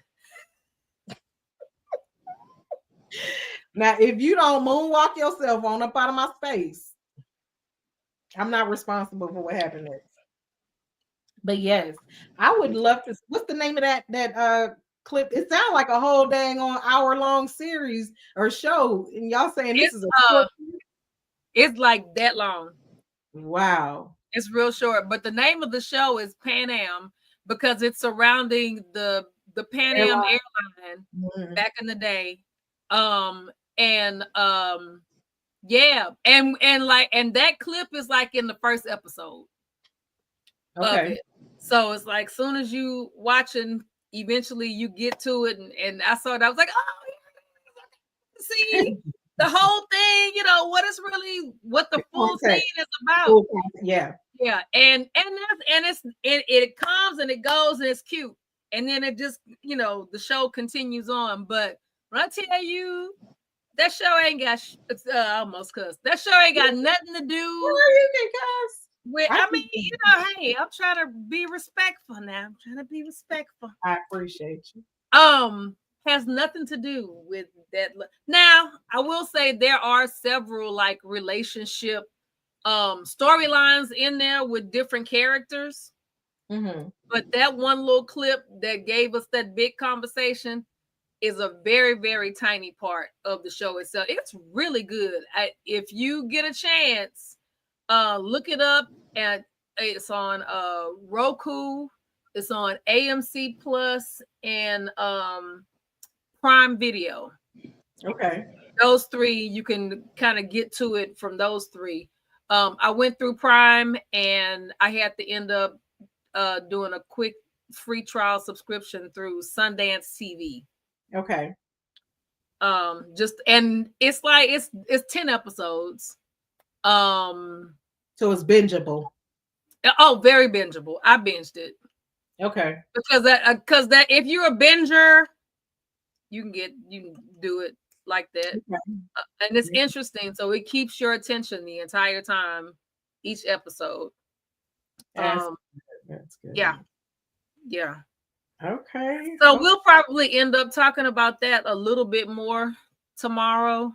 Again, we'll just see, I don't know. We might end up talking about how the 4th of July is not our Independence Day.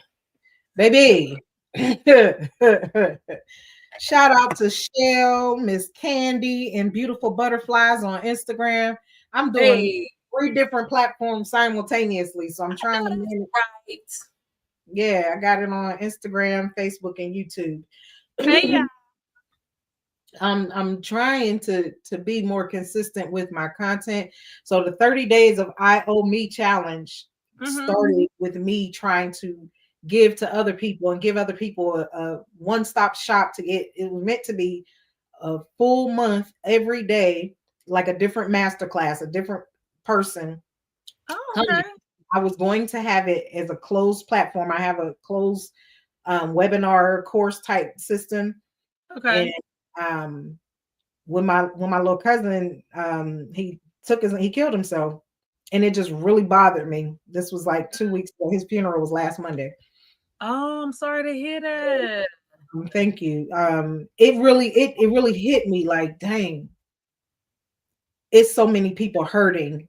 Yeah. And even if I just come on here by myself, no guests, and just talk and give people an opportunity to express themselves. Yes. Someone might need it in that moment. You just never know whose timeline you're going to hit. I really believe in being deliberate with the gift of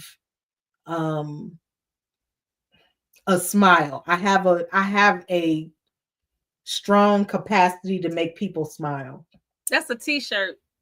Be the gift of a smile. Where's Kiki? Where Kiki at? Kiki! That's a t-shirt. Yes, it is. I really go about my day trying to make people smile, and not even on purpose. Yeah. Not even going out of my way, but just you missed it. We be the gift of a smile. Need a t-shirt. Yes. I don't take that like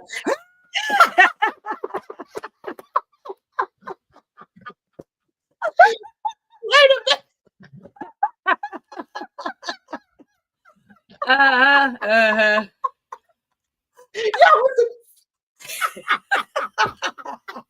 She was over there on the other hall.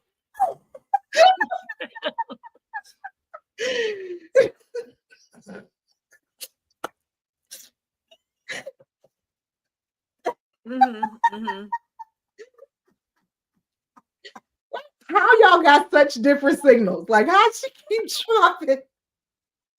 I don't know. Oh, the model is right in the middle. So I don't know. Yeah, hold on. Hey, Kiki.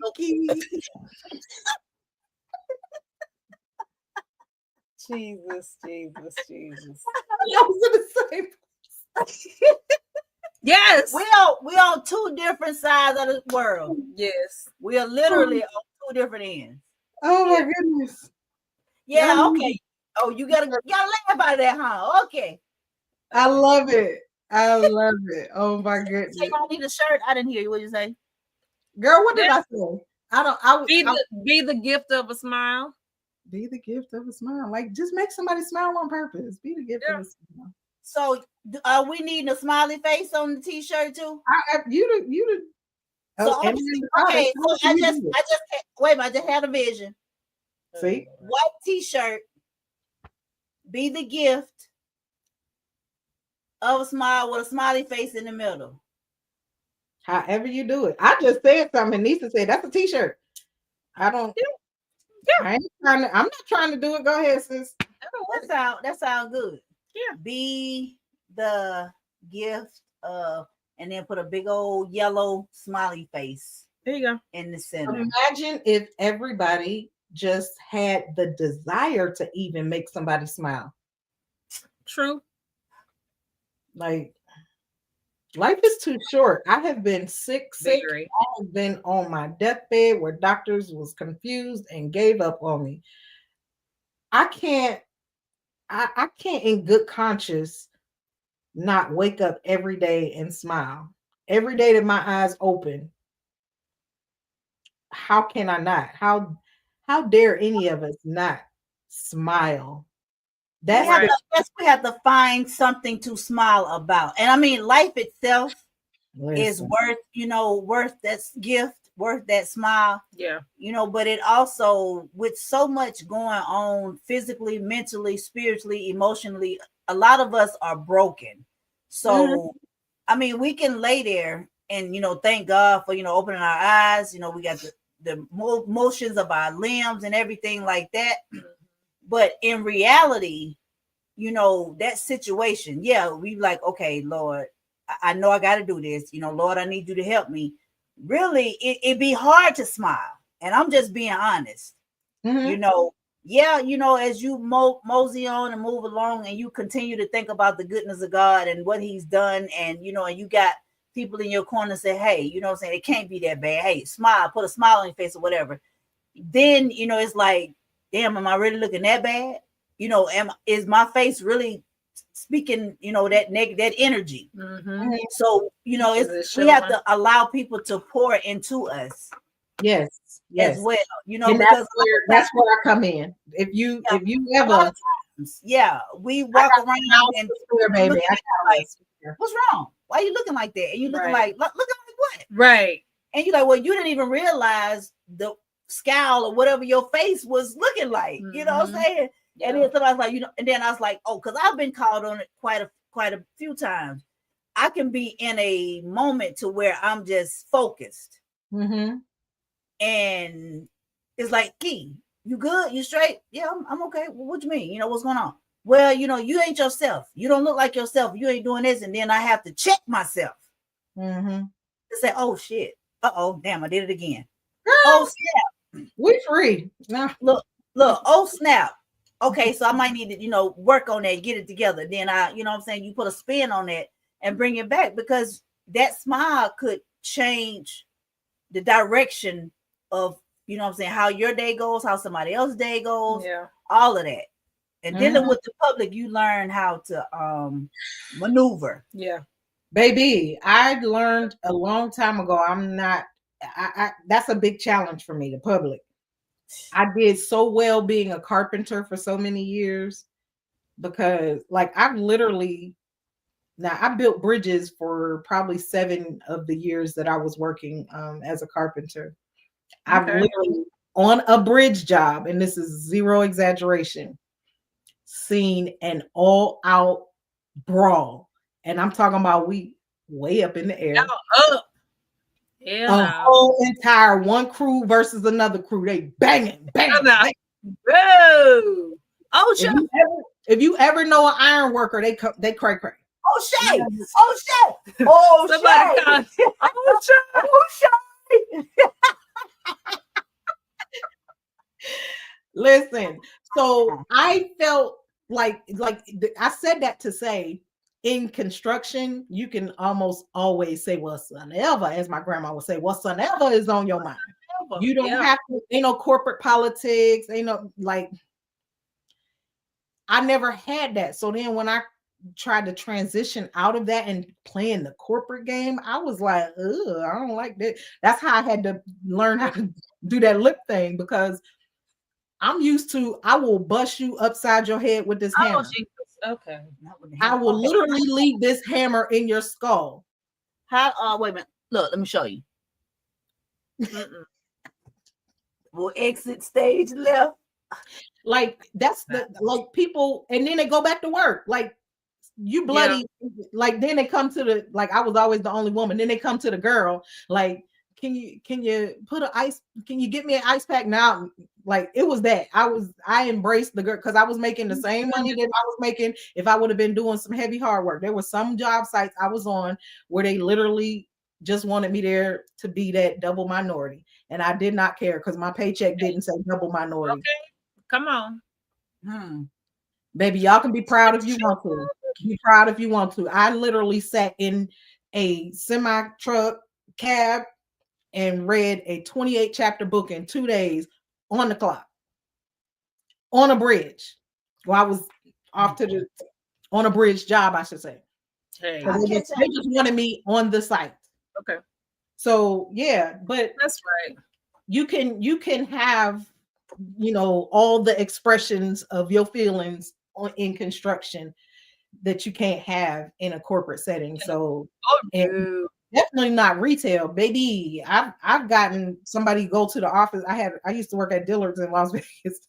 I had a lady go to the office on me because she was acting like a whole demon, and I started singing Blessed Assurance, and she was, when I say pissed, that was the best thing I could do because I was ready to throw punch that old lady. I love it. She was the worst, and all I could do was Blessed Assurance. Hey, is mine. She got pissed and went to the office on me and said, and guess what she said? And I had to clap. I had to clap back for my manager because they called me and I was on it. How dare she? She's not ordained. First of all, you don't need to be ordained to sing a hymn first and foremost. But I said, oh, I need to show you because, baby, in 2007, I did get ordained. So I'm is. So now what? So I'm is. And they were like, oh, we didn't know that. Yes, I know you didn't care. It's not for you to know. It's not for you to know, but how dare you check me on singing a hymn when this lady was being demonic? I mean, when I say I've never experienced nobody like her, I was like, ooh, this might not be for me. I need to go back and sling a hammer or something. Because you touched that demon. That was a demon. That was exactly. And that's, you know, part of this show that I was trying to do tonight was not just male, female, and, you know, spousal type relationships. I wanted to talk about like all the relationships. Like, yeah, some people, they have a different friend group every other year. Yeah, no. Your friend relationship saying, like, I watched that. Like, what you mean you ain't had no friends longer? Like, I got 45 plus year friendships. Like, multiple. Same. How do you not have any friends that you've been friends? You in your 40s and 50s and you don't have any friends that you've had for over 20 years? Not even from college. I'm confused. That says something about you. It says a lot about you. Yeah. Now, I mean, you're gonna always have your friendships that are seasonal. Yeah. But you should always have at least one or two people. Your circle don't have to be huge. But you should definitely have some good, solid relationships. And when I say solid, I mean where y'all have fallen out for whatever reason. And then you just talk about it and come right back together. Because if you truly a friend, when you have a fallout, if y'all truly friends and you truly love, you know, each other, hit below the belt when you fall out. Right. It ain't gonna be, oh, I'm mad. Now let me tell all the secrets I know. No, don't do that. You are the friend to begin with. That's your friend. Yeah, if you ready to do, that's like how all the people on social media seem to do now. They fall out over social media and that's why this, and that's why all these years that, and that's why, sir, ma'am, what are you doing? That's childish as heck. I can truly say I've never had a falling out with anybody I call a friend. Never. Not ever. I had a falling out, but Ever. it was only because I found out that the person I thought was a friend of mine, was really not. Now, even with that, I would never think about saying anything about her, whatever. Mm-hmm. It was just, it was seasonal. Mm-hmm. It was seasonal, and I saw her true colors. Yeah. At the time I needed to see them. And as far as I know, she would never say anything about, me, whatever.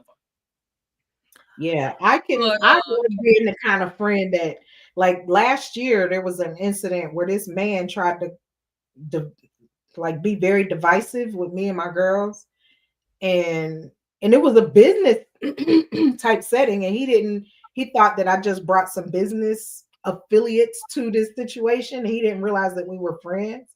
Mm-hmm. And when I was not there, I wasn't present. He said some things, told this girl that this a whole grown man told this girl that I said something about her. And then he got mad because my girl looked him in his face and bust out laughing and said, "Not Corona." When I say yes, nah. That aggravated that man's demons. I was so mad I wasn't there because it got to the point where it escalated. Like, he ended up threatening her. For whatever reason, he had a problem with her, and he tried to use me to attack her when I wasn't even there. And I always ask people, do you really think that I'm not vocal to where I would tell you if this is what I thought or felt? I ain't never been scared of nobody, man, woman, or child. So I just never had any problems. But that one, if it wasn't for me being consistently who I am and how I am, she could have trusted what he said. Yeah. So, but yeah, that was the closest that ever came to what could be a falling out. But a fallout, baby, when I tell you, I ain't never ever, and I don't know if that says more about just the solid friendships I have. Being from a small town, it's easy to have long friendships like that. My parents I saw them have long-term friendships. My mother and her best girlfriends have been friends for over 65 years. Yep. So my aunties, like, I love them to pieces. They were at the hospital when she had me and have been in my life my whole life. So I know what a friend looks like. Yeah.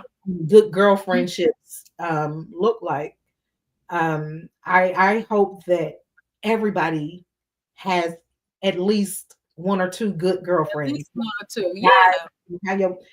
And I don't get to hang out very often. I don't get to see friends, and I've had some struggles with all relationships, to be honest, in the last few years, because so many people close to me have passed away. Yes, isn't that crazy? Yeah, so I just kind of retreated, and I'm like, I can't. It's my way of, in my mind, protecting myself from that pain. So I just don't. That's how I deal with it. Yeah, I don't know how to come out of that. I recognize it, but it's just everybody. I mean, everybody knows love, but I don't know. And honestly, I feel like that reason that you're voicing right now is part of the reason why I'm not in a hurry to get into a love relationship, because I'm watching people my age leave, and I'm just like, I don't know if I can do that. Now, I mean, plus, I'm watching a lot of our guys not take care of themselves. And they are getting to, we're all in our 50s. And now you got, this cancer over here, that cancer over there, diabetes, whatever. Out And they don't want to, and they don't want to go to the doctor. Oh, it's all right. Yeah. It's that. Listen, that you just brought up a point, ladies. And I'm speaking to the ladies because I'm a lady, but men, y'all better take care of yourselves. When I tell you I'm so attuned to how a man takes care of himself, I watch. Right. I mean everything down to what your fingernails look like. Like, how do you take care of you? When a man, are you still there, sis? Did I lose you? Uh-oh. I hope I didn't lose Nissa too. No, I'll be back. I'll be right back. Okay. Yes, when a man goes to the bathroom, I listen. I pay attention to his flow. And especially when like you're at a certain age, over 40, 50 for sure. One of the first signs that a man has an enlarged prostate is his urinary flow will slow down. It won't be as strong. If you've been in a relationship for a long time, you can have a point of comparison. But ladies, pay attention to your man. How, encourage him. Like, honey, I noticed you're going to the bathroom a lot more. And I noticed when you go, your flow isn't very strong. Pay attention to that. He could have an enlarged prostate and it's not going to just go away and get better on its own. That's one of the things you've got to pay attention to, all the subtleties. Like because I have lost someone, were you able to hear me, Nisa? Yes. Okay. Yeah, I pay attention because it only take you one time to bury somebody and you will listen and look at everything. Yes. Everything. Like, I can remember the day he passed, I was talking about this spot on his leg that I did not like. And I was fussing. I'm like, that looks like an embolism. You need to go. Like, I could see it. And mind you, I do have a nursing background, so I have a different level of comprehension of things that are happening with the body. Mm-hmm. But you don't even have to have the same level of education that I have to notice something different. Yes. And you just have to pay attention to all the things. Like, I don't know if you've heard about the story.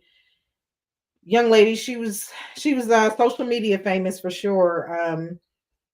A chef in Nashville. You heard about Chef Quita? I don't know. So Chef Quita, she got some notoriety and she was going real hard. She opened her brick and mortar restaurant in 2022, 7 days a week, going hard. And she had a lot of success. And she posted on either Instagram or Facebook that, man, Quita is tired. I need a break. And she kept posting about being tired. She was like, I need a break. Then one day she posted, she said, okay, I'm taking 3 days off. I'm not doing any work. I need to rest. I'm tired. The girl died. 40 years old. She just went to sleep and did not wake up.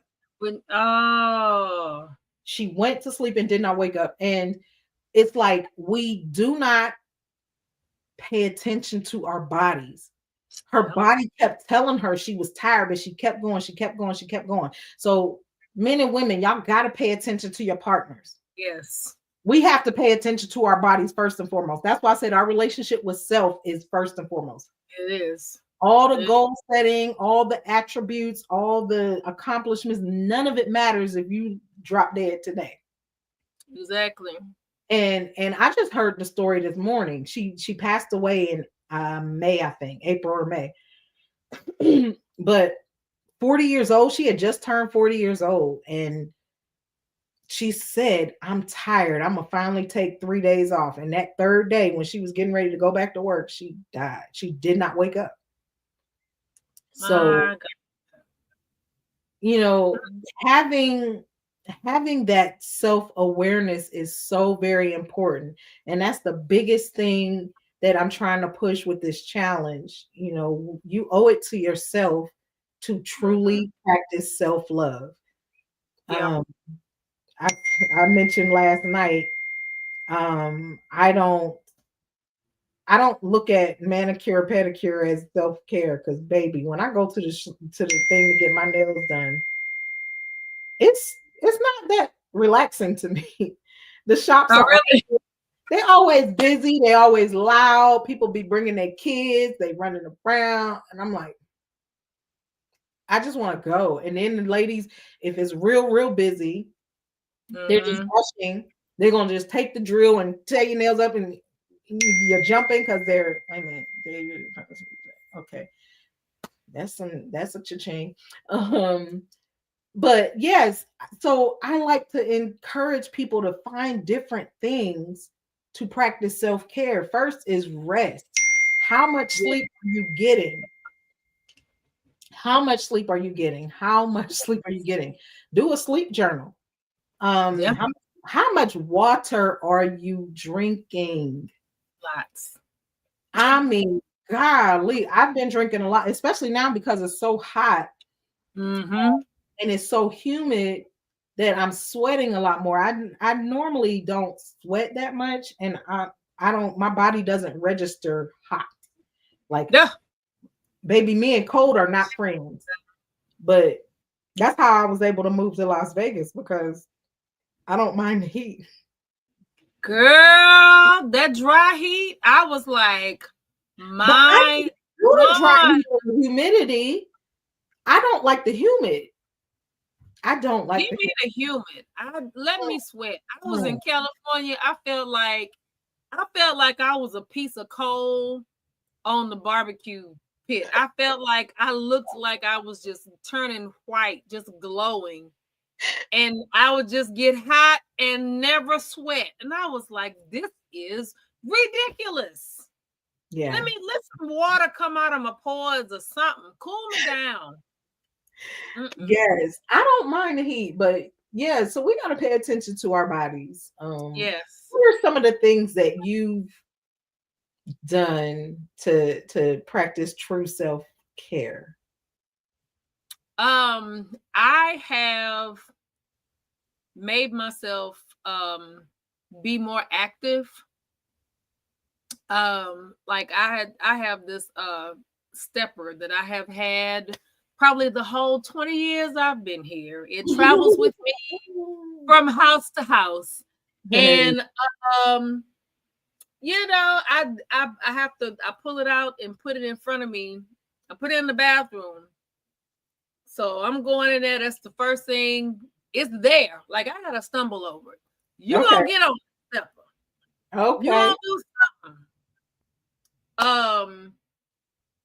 I try to stay around people that are doing stuff, especially that challenges me here, that keeps my brain going. Because if you don't exercise that, you know, you'll lose some stuff. Yeah.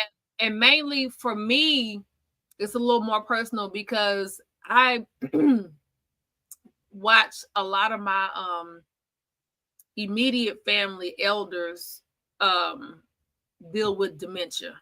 And I have had at least 2 brain injuries. So that to me is like, I try to do stuff to keep my mind, to keep my brain working, to keep it, you know, exercising, and just, you know, just being a part of TLA for me, it helps me keep going. Yes. Because if I end up around people like you and Kiki and Tina and everybody else that I've connected with while I'm, living here in Atlanta. And it just keeps my brain working. I'm not sitting still, just not doing anything. And being at work, honestly, like, especially just recently, I've gotten a chance to do, more projects and stuff. And so like right now, I just got assigned to a new project, and they pull me in because of what I did in California. And it's like, this is the beginning level. So we at the ground floor, which means stuff has to be created. So now I got to think. You got to create. I got to think. I got to produce.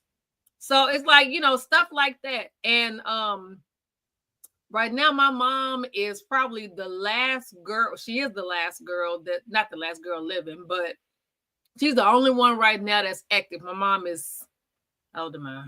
My mom is 75. So 74. 76, because I'm 53. Yes. Okay. And she still has her CDL license. She still drives a school bus. And she and I had right. She and I had the conversation about, sitting still, and like you were mentioning before about having the friends for umpteen years, over 60 years. And I watch her with, her classmates and stuff, because we're from a small town. Mm-hmm. So she has classmates that she's known since her high school years. But the one thing that she said, as long as I can move, I'm moving. Because as soon as I sit still, which she's watched some of her friends do this, they sit still and then they just go down. Yep. And so that's just one. And again, because I'm watching, and actually one of her sisters passed and she dealt with dementia. Heck, her mom, which is the lady that raised me, that grandmother that raised me, I was there to watch her go through dementia. And right now she has a sister that she's taking care of, that they used to be besties. She's now in a nursing home and dementia. So it's like, that's one thing that I've always just taken notice of anyway. So just on a personal level, that I have to do stuff to keep my mind going. But just eating right. Because noticing one thing that we always talk about, just period, is knowing your family medical history. Yes. And so I, anytime somebody tells me something is wrong, I'm making a note of it and I'm adding it to my medical charts, because now my doctor can tell me something is too low or too high or whatever. Mm-hmm. And I know I need to, do whatever I need to do to take care of it, whether it's, eat less, eat more, drink more water, do whatever. And so I just try to stay, what's a good word? Cognizant. Come on with the big word. Yes. Of stuff to do, to keep myself going, self-care. Like, I deal with a lot of depression and whatnot. And so I try to just be around people. And the one thing that I always find myself doing is, because I know what it feels like to be in a room full of people and still be alone. If I see somebody do that, if I see somebody, and I know what it is. I can see you. I see your body language. I'm how you doing? What's going on? Who you here with? Yeah. Because I know how that feels. Yeah. And so that's not me from being depressed, because I feel good if I know I'm helping somebody to pull out of something. The gift of a smile. It works both ways. It does. When you know that you've contributed to somebody else's smile, it makes you smile. Like, I'm telling you, it is so powerful. Mm-hmm. I love that. I love that you have that that spirit to even want to. Some people, they don't care enough outside of their own issues, their own journey, their own story, their own problems, whatever. But I find it, I am at my strongest when I am helping somebody. Because Mm-hmm. I'm not focused on whatever it is I'm dealing with. Mm-hmm. Of course, I Yeah. have to be wise and work within my bandwidth. Right. But you know, if it's just me exercising some mental muscle, oh baby, I got that in spades. Let's Yeah. go. Let's go. And that dementia piece is so important. Um, Mm-hmm. I've been I've been hyper aware of that. My grandmother, she ended up passing in my father's mother in 2002. Mm-hmm. She had advanced dementia, Alzheimer's, and she lived with me her last year. I know So that was something her, serious. I was her direct caregiver, and to watch that decline, and she was always such a phenomenal woman and a giant in my eyes. So to see that decline really hurt, but it Yeah. made me, like I said, hyper aware. And my cousin happened to be in college. She was in grad school at the time and doing a research project. One thing she said to me, because now we all talking, we're having the conversation because grandma got Alzheimer's. Mm-hmm. She said 100% of the brains that we autopsied that had Alzheimer's, they had high concentrations of aluminum. When I tell you, I do not drink out of a can. I don't buy canned goods. Like I'm trying to find an alternative. Aluminum is, yes. I am I'm trying to find an alternative for aluminum foil. 'Cause I don't I don't want something so preventable to take me down when I had the knowledge 20 years ago. Hmm. Aluminum is one of the culprits. That And is interesting. imagine all the things that we do with aluminum, the pie pans, the foil, the Yes. aluminum. She said 100% of the That brains autopsy. is very, very interesting. Yep.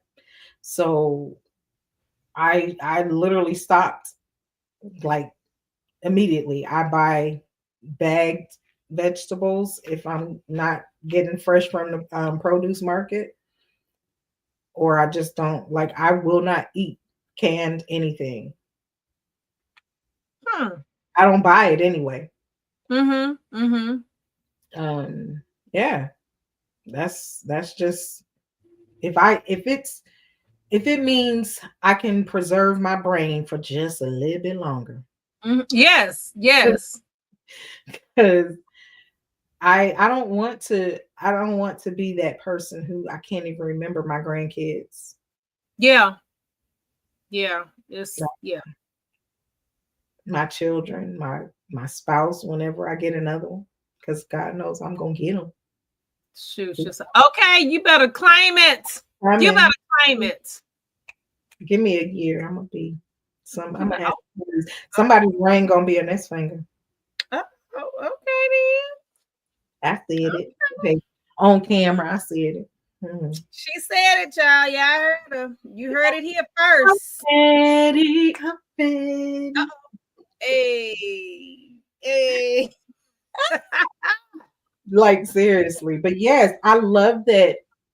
I love that you can work through that. That sh- that I hate even acknowledging depression. I don't like to give it any power because I know it's a whole thing that will get a hold of you. Like I've gone days and days and days and days and days and days and days and days and days where I didn't get out of bed. Like it's so easy in this stage of my life to self-isolate. Yeah. It's And real easy. it's so easy because guess what? Ain't nobody really checking. That's when you really become aware of all of your relationships. Who's actually calling to check on you? Who is actually calling to check on you? How many times technology has made us more engaged and less connected? You bet. baby, because I liked your Facebook post that you posted a meme. I didn't even see your eyeballs, but you posted a meme and I liked it. That meant we connected today. We engaged today. Right. No. Did you notice that I haven't posted any real images of myself in the last month? Did you notice that it's only been memes or I've been sharing somebody's stuff? Are you really paying attention to your people? Yeah. Pay attention, especially when there's a stark difference in how they move. Yeah. I like when I tell you I'm so like very, very aware of all these things now. My little cousin just messed me up. Like, what could have been done? I had another cousin who same thing some years ago, and it was like, dang, I always kept saying, I'm a caller. We got to do lunch. We got to get together. When I moved to Georgia, I was like, oh yeah, I'm be with my cousin now. Never did, not once. Never made it. And she gone. And it's like, what could I have done anything? First and foremost.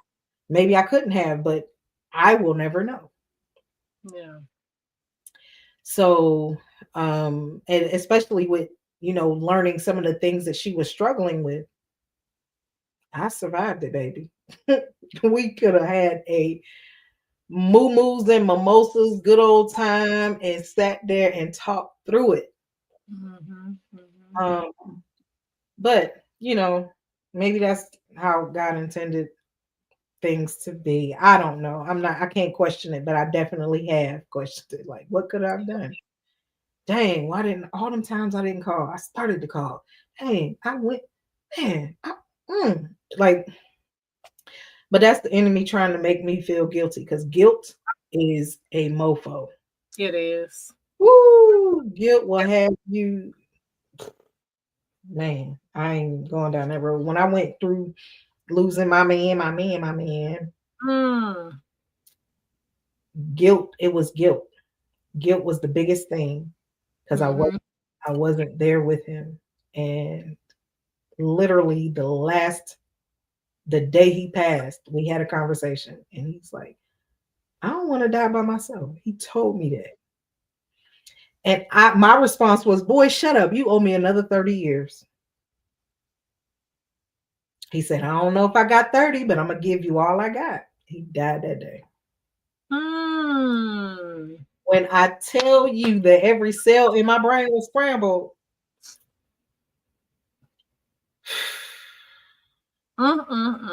So, and it wasn't, if it wasn't like for like the biggest thing that helped me to start to try to reacclimate into some kind of life was TLA. Within 2 months of that happening, somebody introduced me to Tina. Shut up. And that's why for the first couple of years, y'all would never see me. I would just pop in and because I was still going through that, but I just had the feeling of connection helped me to feel less alone. And nobody knew what I was dealing with, but I wasn't ready to socialize. I didn't want to talk about it. I couldn't. I don't know. I just didn't have the strength and the bandwidth yet. And I never said anything till I was on Shell of a Woman. I was one of her panelists one time, and they was like, what? I was going through all of that when I first came on. Wow. Yeah. Wow. Yeah. Did not know that. Oh, wow. Yeah, within 2 months. Yep. Look at God. Yeah, the guilt thing, that's a trick of the enemy. He'll have you second guessing everything. Oh yeah. Yep. But it goes back to me telling him that spot on your leg looks like an embolism. Because I paid attention. Yeah. I paid attention, but I wasn't able to save him. So yeah. It wasn't for me to save him. And I had to that awareness. Yeah. Yeah. Still pay attention to your mates. Pay attention to yourself. Listen to your body. Get some rest. I purposely wore this shirt Sleepless Society. I'm a part of the original Sleepless Society. If you know David Shands, you know who David Shands is? Social Proof Podcast. He blew up when he first, before he started, like we had a little clique. And every night, first of all, he started this t-shirt brand. Okay. But every night at 1 a.m. we would get on GroupMe. Now this was like 2014. Okay. Every night we would get on GroupMe and just brainstorm. Like it was a bunch of people who had all these aspirations and we would just brainstorm. Okay. And man, everybody started blowing up and blowing up and blowing up. And then next thing I know, like I kind of lost touch when I went through, my grieving journey. Look, I lost touch and I didn't look back on Dave's Instagram for like 2 years when COVID hit. And I looked, this man, he went from, because we had the conversation how to blow up our Instagram. I had 800 followers. He had like 1,500. Then he had like 300,000.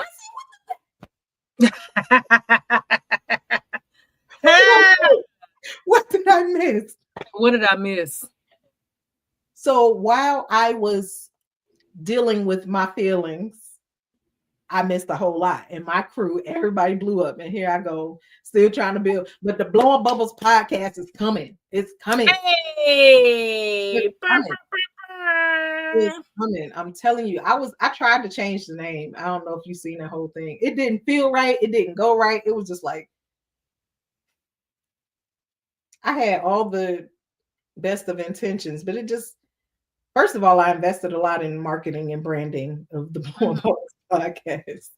First of all, but I kept playing with the name. I didn't feel right on nothing. Corona Effect, Corona Live. I was trying to brand me. Okay. Because every time I do something else, so I'm an author, best-selling author, excuse me. So I'm an author, speaker, coach, and I'm doing all this stuff in real estate broker. And then it was Blowing Bubbles podcast. So it never felt cohesive. It never felt like I was doing the same thing. I felt like I always had to market either or. All these things can be Corona, but the Blowing Bubbles podcast always felt like a separate standalone entity. And I never felt like the two like sides coexisted very well. So I tried to infuse more of me into the podcast space. It didn't even feel right. It was like, okay, who am I in this podcast space? The Bubbles was easy from day one. Like, I don't know. So I decided I'm gonna just stick with the Bubbles. I'm gonna just stick with the Bubbles.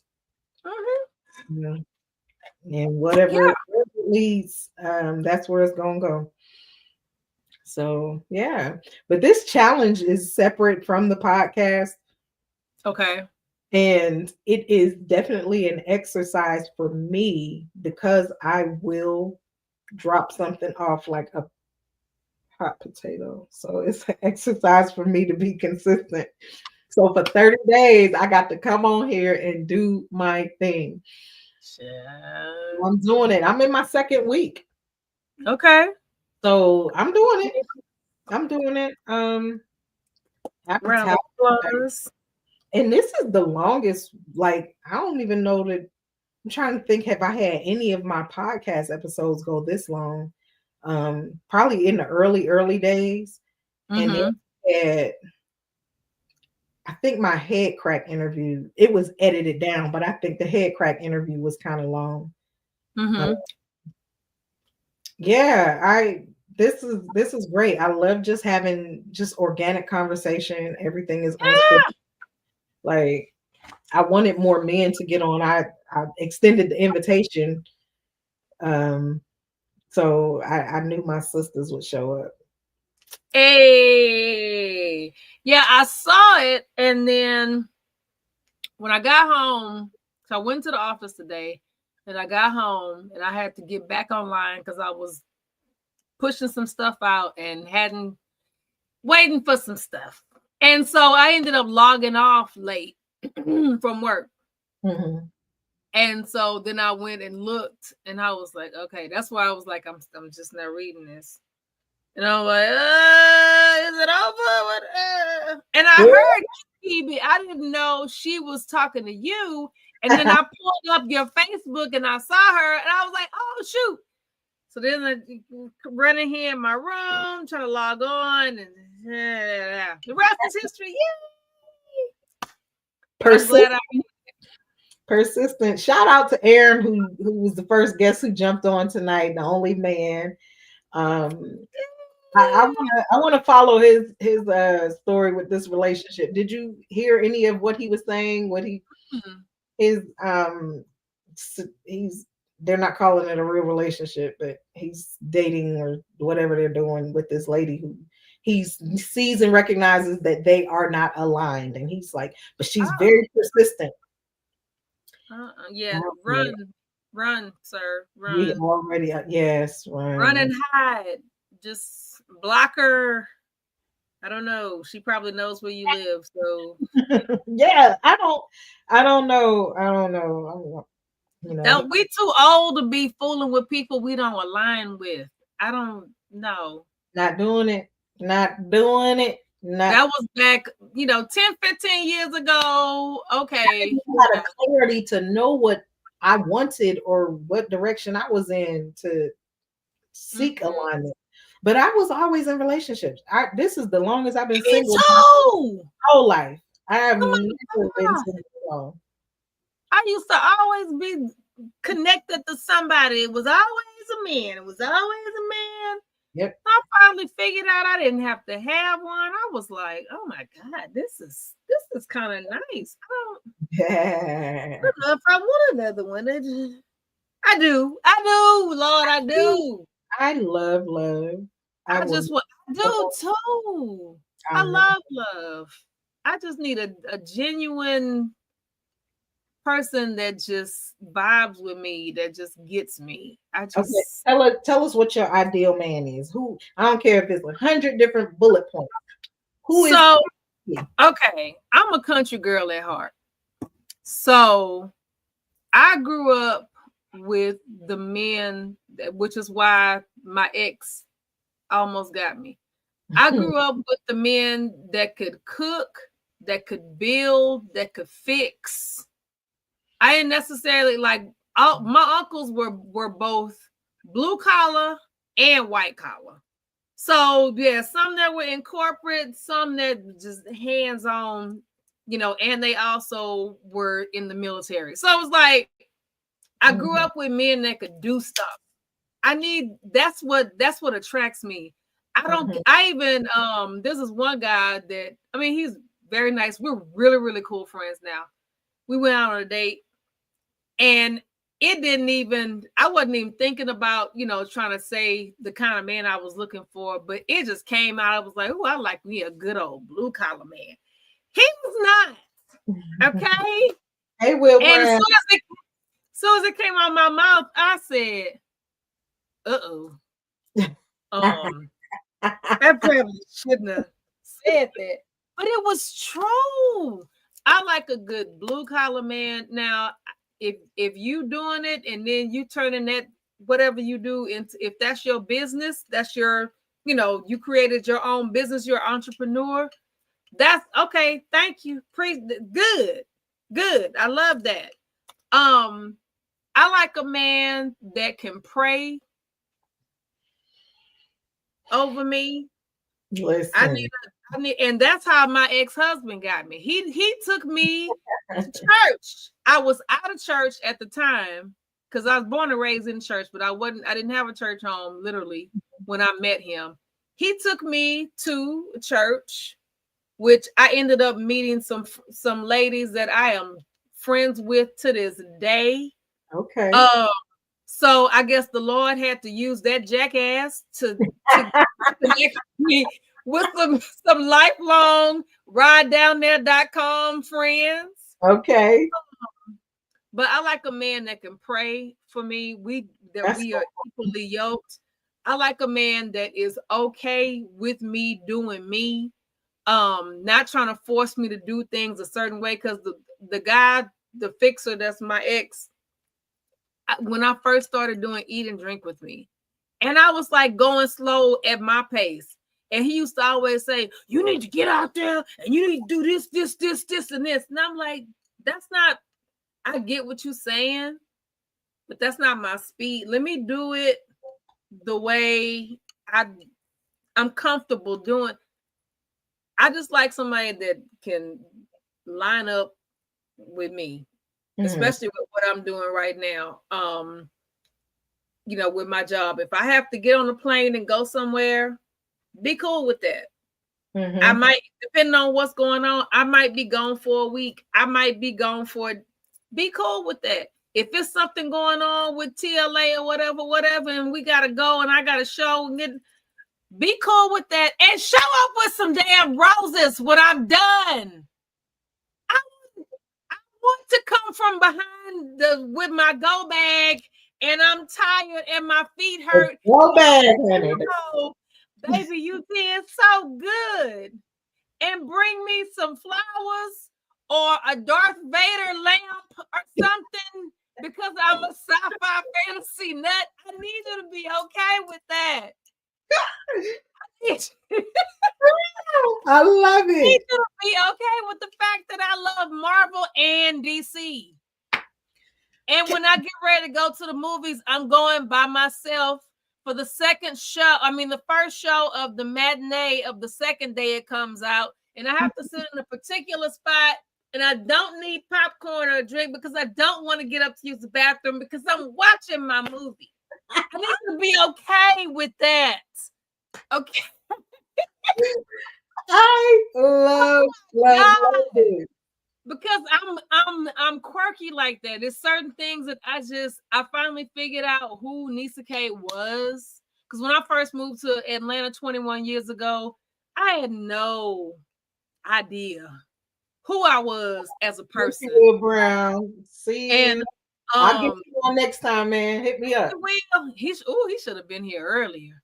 He should have.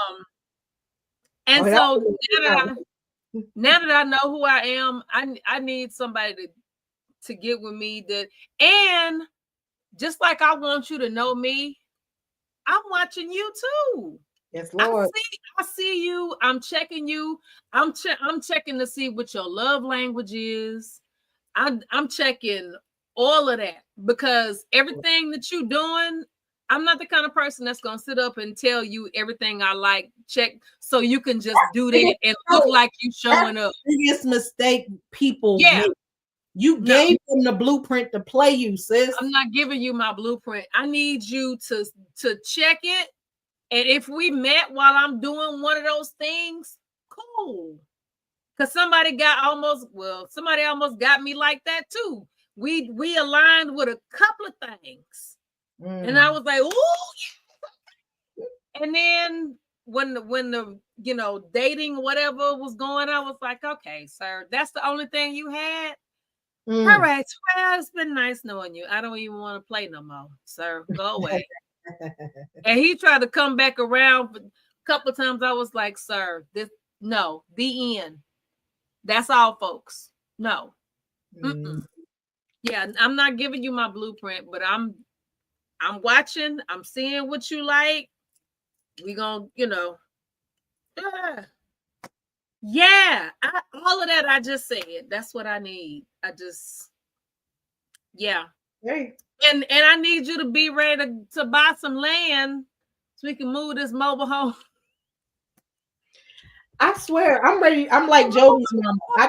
Mama gotta have a life too. I want a garden. I want to be out there in my little halter top and my booty shorts in the garden while you in the house making some Kool-Aid. Yeah. And I need you to know how to grill because my uncles did. Okay. And my daddy have a grill. It's in the box. I got to put it together. Listen, but I need. The thing is, I can grill. I don't know. You're gonna have to come over here and show me. I'm gonna put the grill together. I'm dead serious. I'm gonna put the grill together, and then I got to use it at least once. This was a housewarming gift from when I was supposed to have a party in Stockbridge, and it never came out the box. Dang. Well, So we can put it together. I mean, you know, I'm a carpenter. I can put stuff together now. you know what? I need my shower head housewarming gift. It's still in the box. Oh, I can do that. Those are some of the things that I do, like closing gifts for clients. I pull up, change the locks on the door, change the shower head. Like people be buying champagne. I'm buying the stuff that you need. Like I'm gonna change the shower head, the toilet seats, like stuff like that. I need you to make. I need to make an appointment. I need to get on your books. Let's do it. Let's make a video when I do it. Yep, I'll do that. For sure. Now, but I'm a mixture of a city girl and country girl because, you know, living here in and around Atlanta, I have gotten used to being able to get up and go out on a Tuesday at 10 o'clock and go listen to some music. And I'll go by myself. Well, you know, I go by myself, but you know, I'm all of that. That's how when I moved to Las Vegas, having that, I realized the city girl in me. I met the city girl in me. Yeah. Oh my goodness. Like being able to get up, like you said, Vegas is truly a 24/7, 365 town. Mm-hmm. If I want to go have a big, juicy, high-class ribeye steak at 2 a.m., I can do it. You could, yeah. If I want to go see a movie in the middle of the night, yes, the theaters, they got theaters that's 24 hours. Oh, wow. Ooh. All the things. It's not just gambling. I remember my cousin came out there one time and she was like, y'all got malls? I'm like, you know, it's 2 million people to live in this city. Where do you think we shop? Okay. People think it's nothing but the strip. Like I had a whole lifestyle in Las Vegas. Like, Job, what's going on, my friend? Hey, man, listen, Job. First of all, shout out to an amazing musician. That's my friend. Okay. Come on, Job. musician. I have called you in my mind about 300 times this year. I promise you, I start to call you so many times, Job. Oh my goodness. Hilarious. Thank you for jumping on. Man, we about to wrap it up. We've been on here a long time. It's 3 hours. Ooh.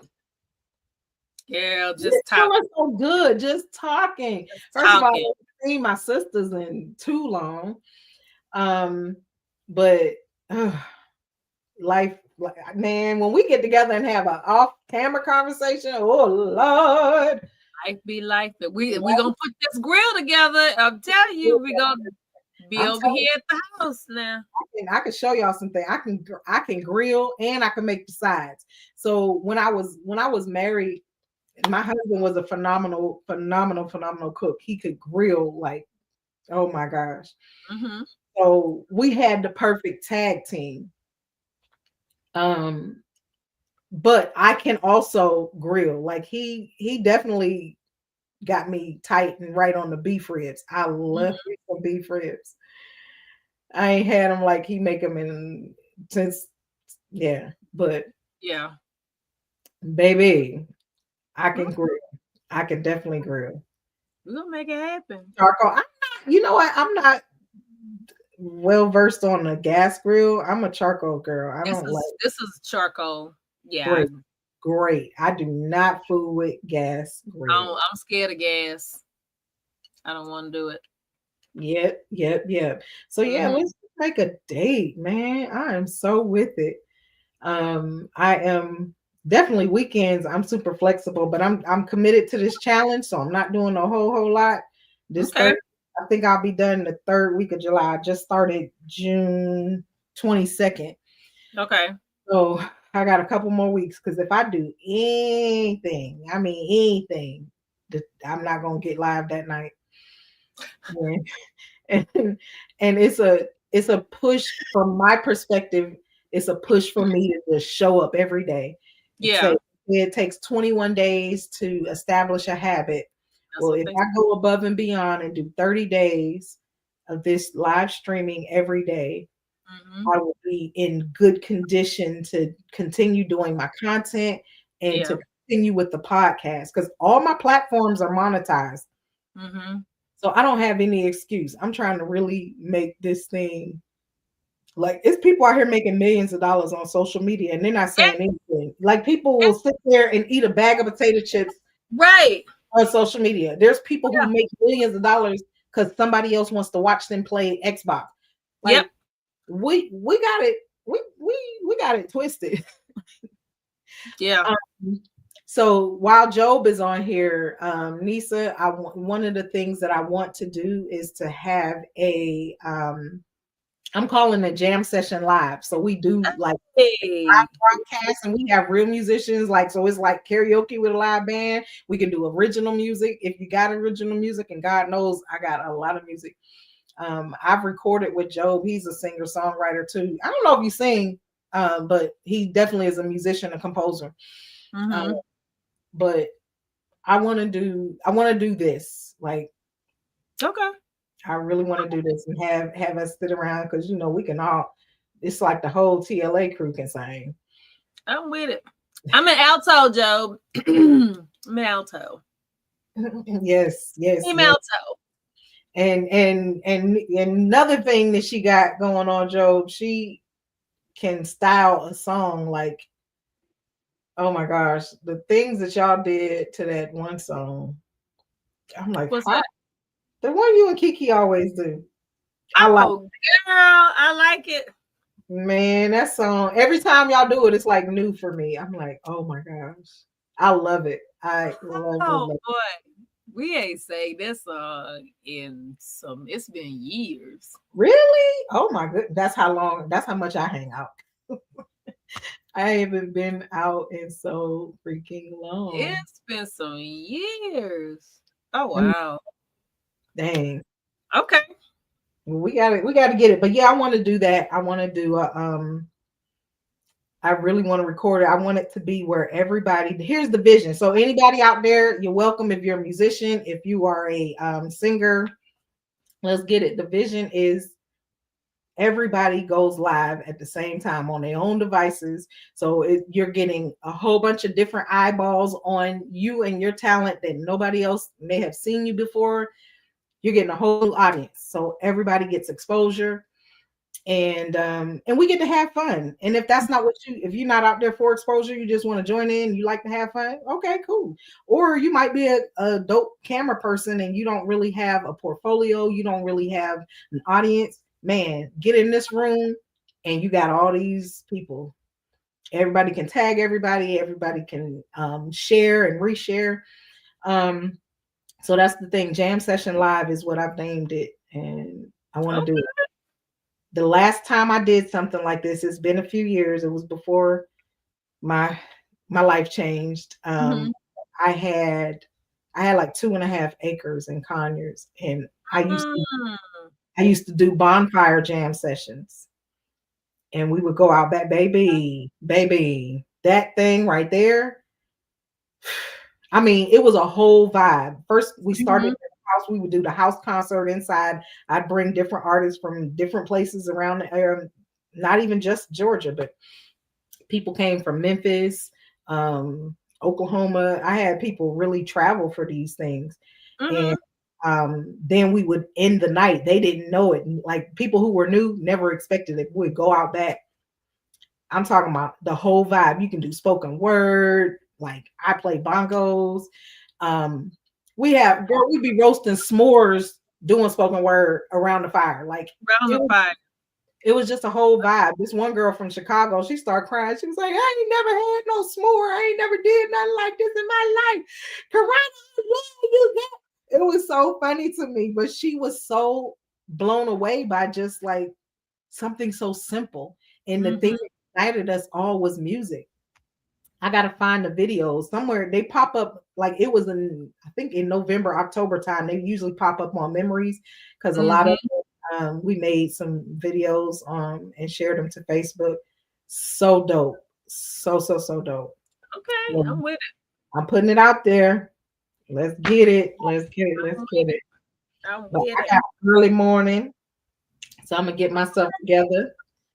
and wrap this up. Ladies and gentlemen, if you got nothing out of this, understand, first and foremost, have a solid relationship with self. Take care of yourself. Practice true self-love, self-care that goes beyond any spending of money, shopping. You know, that stuff really mostly adds more stress to you because you probably couldn't afford it when you spend that money.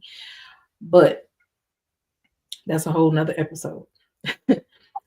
Truly love on yourself so that you're capable of loving someone else and being open and knowing how to receive love. Some people don't know how to be loved because only interactions you've had have been toxic and unhealthy. So when you truly know how to be loved, man, your life can be so much better. Everything is not friction. Communicate, express your feelings in a healthy way. Talk to your partner from a positive standpoint. Always speak the affirmative. Never in an attacking mode. And don't be so defensive. Don't take everything personally. Take one thing that AJ said when he was on Aaron, when he was on earlier, he said his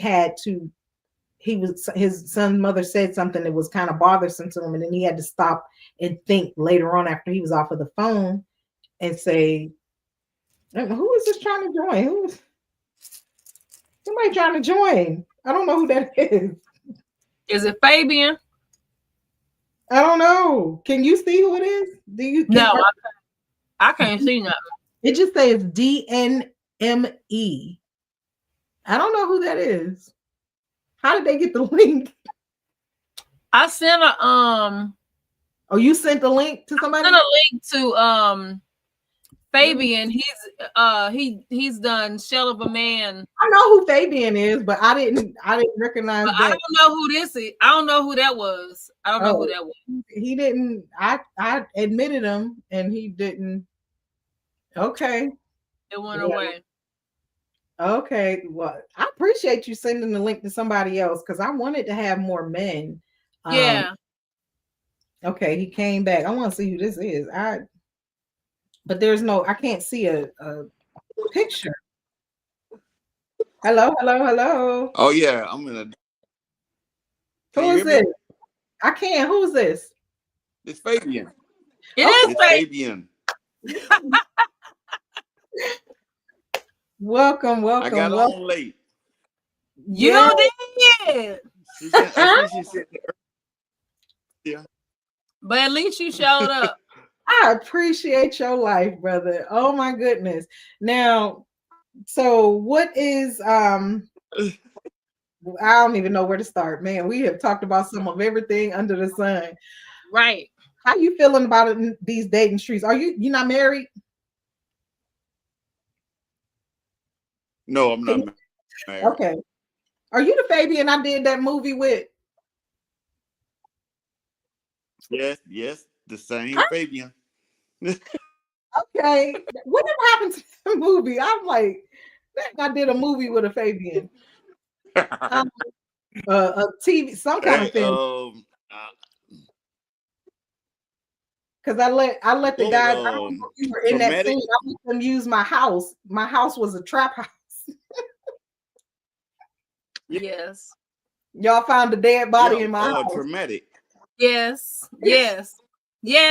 And yes. Yep. Yeah, I forgot you was a part. You were the director or producer. I was the script supervisor.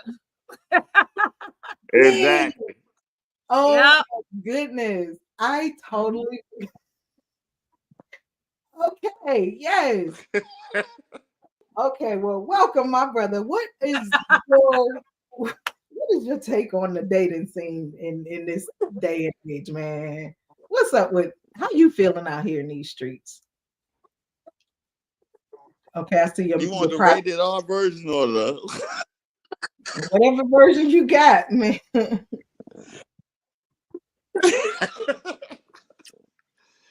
Oh, well, it's been complicated for me because I be having to call the police on females.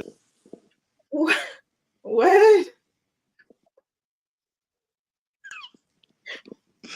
Yeah, this chick told me. I've been running into the weirdest females. This chick on her profile, she ain't looking for a hookup and all this stuff. I'm like, all right, cool. We go out, go to. I showed her around Little Rome and stuff. Went to the barbecue place and all that stuff, and then came back to my crib just watching movies. And she had been drinking, so she could spend the night. You already told me you ain't ready for no wham bam and all that. I'm like, cool, that's cool.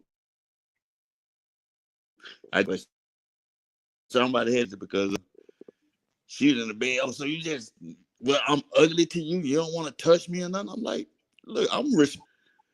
So you got me over here wasting my time? I'm like, look, man, hold on. You just might want to just go home right now. I ain't. So she said one thing, but really was thinking another. What? So she said one thing, but she was really thinking and wanting a few another. times on them sites. Like, oh, you see you on them sites. What site you? That's why I changed my profile. Y'all gotta go read my profile. I'm not even logging on to none on of Facebook dating. I never did. I accidentally clicked one day. Facebook dating. Nope. I ain't gonna do it. I ain't gonna do it. Yeah, I'm not. Yeah, I'm not too keen on that. So you keep when running. y'all gonna do it again though? Yeah, so I'm going live every night at 7:00. For the next now about 20 days. But the relationship, I'm gonna bring. Oh, now listen, I have a sex therapist. Dr. Butler is gonna be. So y'all need to tap back in and come back when she's gonna be on. I want to have a real in-depth conversation. I want to talk about how people, because I don't know if you were on, Nisa, yet when I was talking about so many men have told me that their wives just won't perform. Yeah. Oh, they get them, and then they get too spiritual or too whatever. They too tired. They too busy. The kids, all the things. They too busy. The kids, all the things. What was that? That's Fabian over there. What was that? That's Fabian over there. I'm back. You got more buttons. You got more. Well, they need to hang with me because I know so many guys that just love to watch their wives get ran through. Bruh, they won't do nothing at all. Bruh, they won't do nothing at all. No, they just sit there and watch. I got to go. And I tie my shoes tight and run through them too. No, just but yeah, I used to teach bondage classes and stuff like that, and BDSM and stuff like that. So I would love to be on the sex therapist show. Okay. So keep watch out. I'm gonna go to me and Nisa was just about to get off when you got on. We over 3 hours, man, and I gotta get up early. But I thank you guys for joining me, Nisa. As always, much love. I love you to pieces. Hit me up when you're ready for that. Send me the link tomorrow to get on because I close tomorrow. But I'm off Friday, Sunday I'm off. So okay. I'm just about to. You got. I'm chopping over down, brother. Okay. Yeah, I had to drop that because he got something going on with.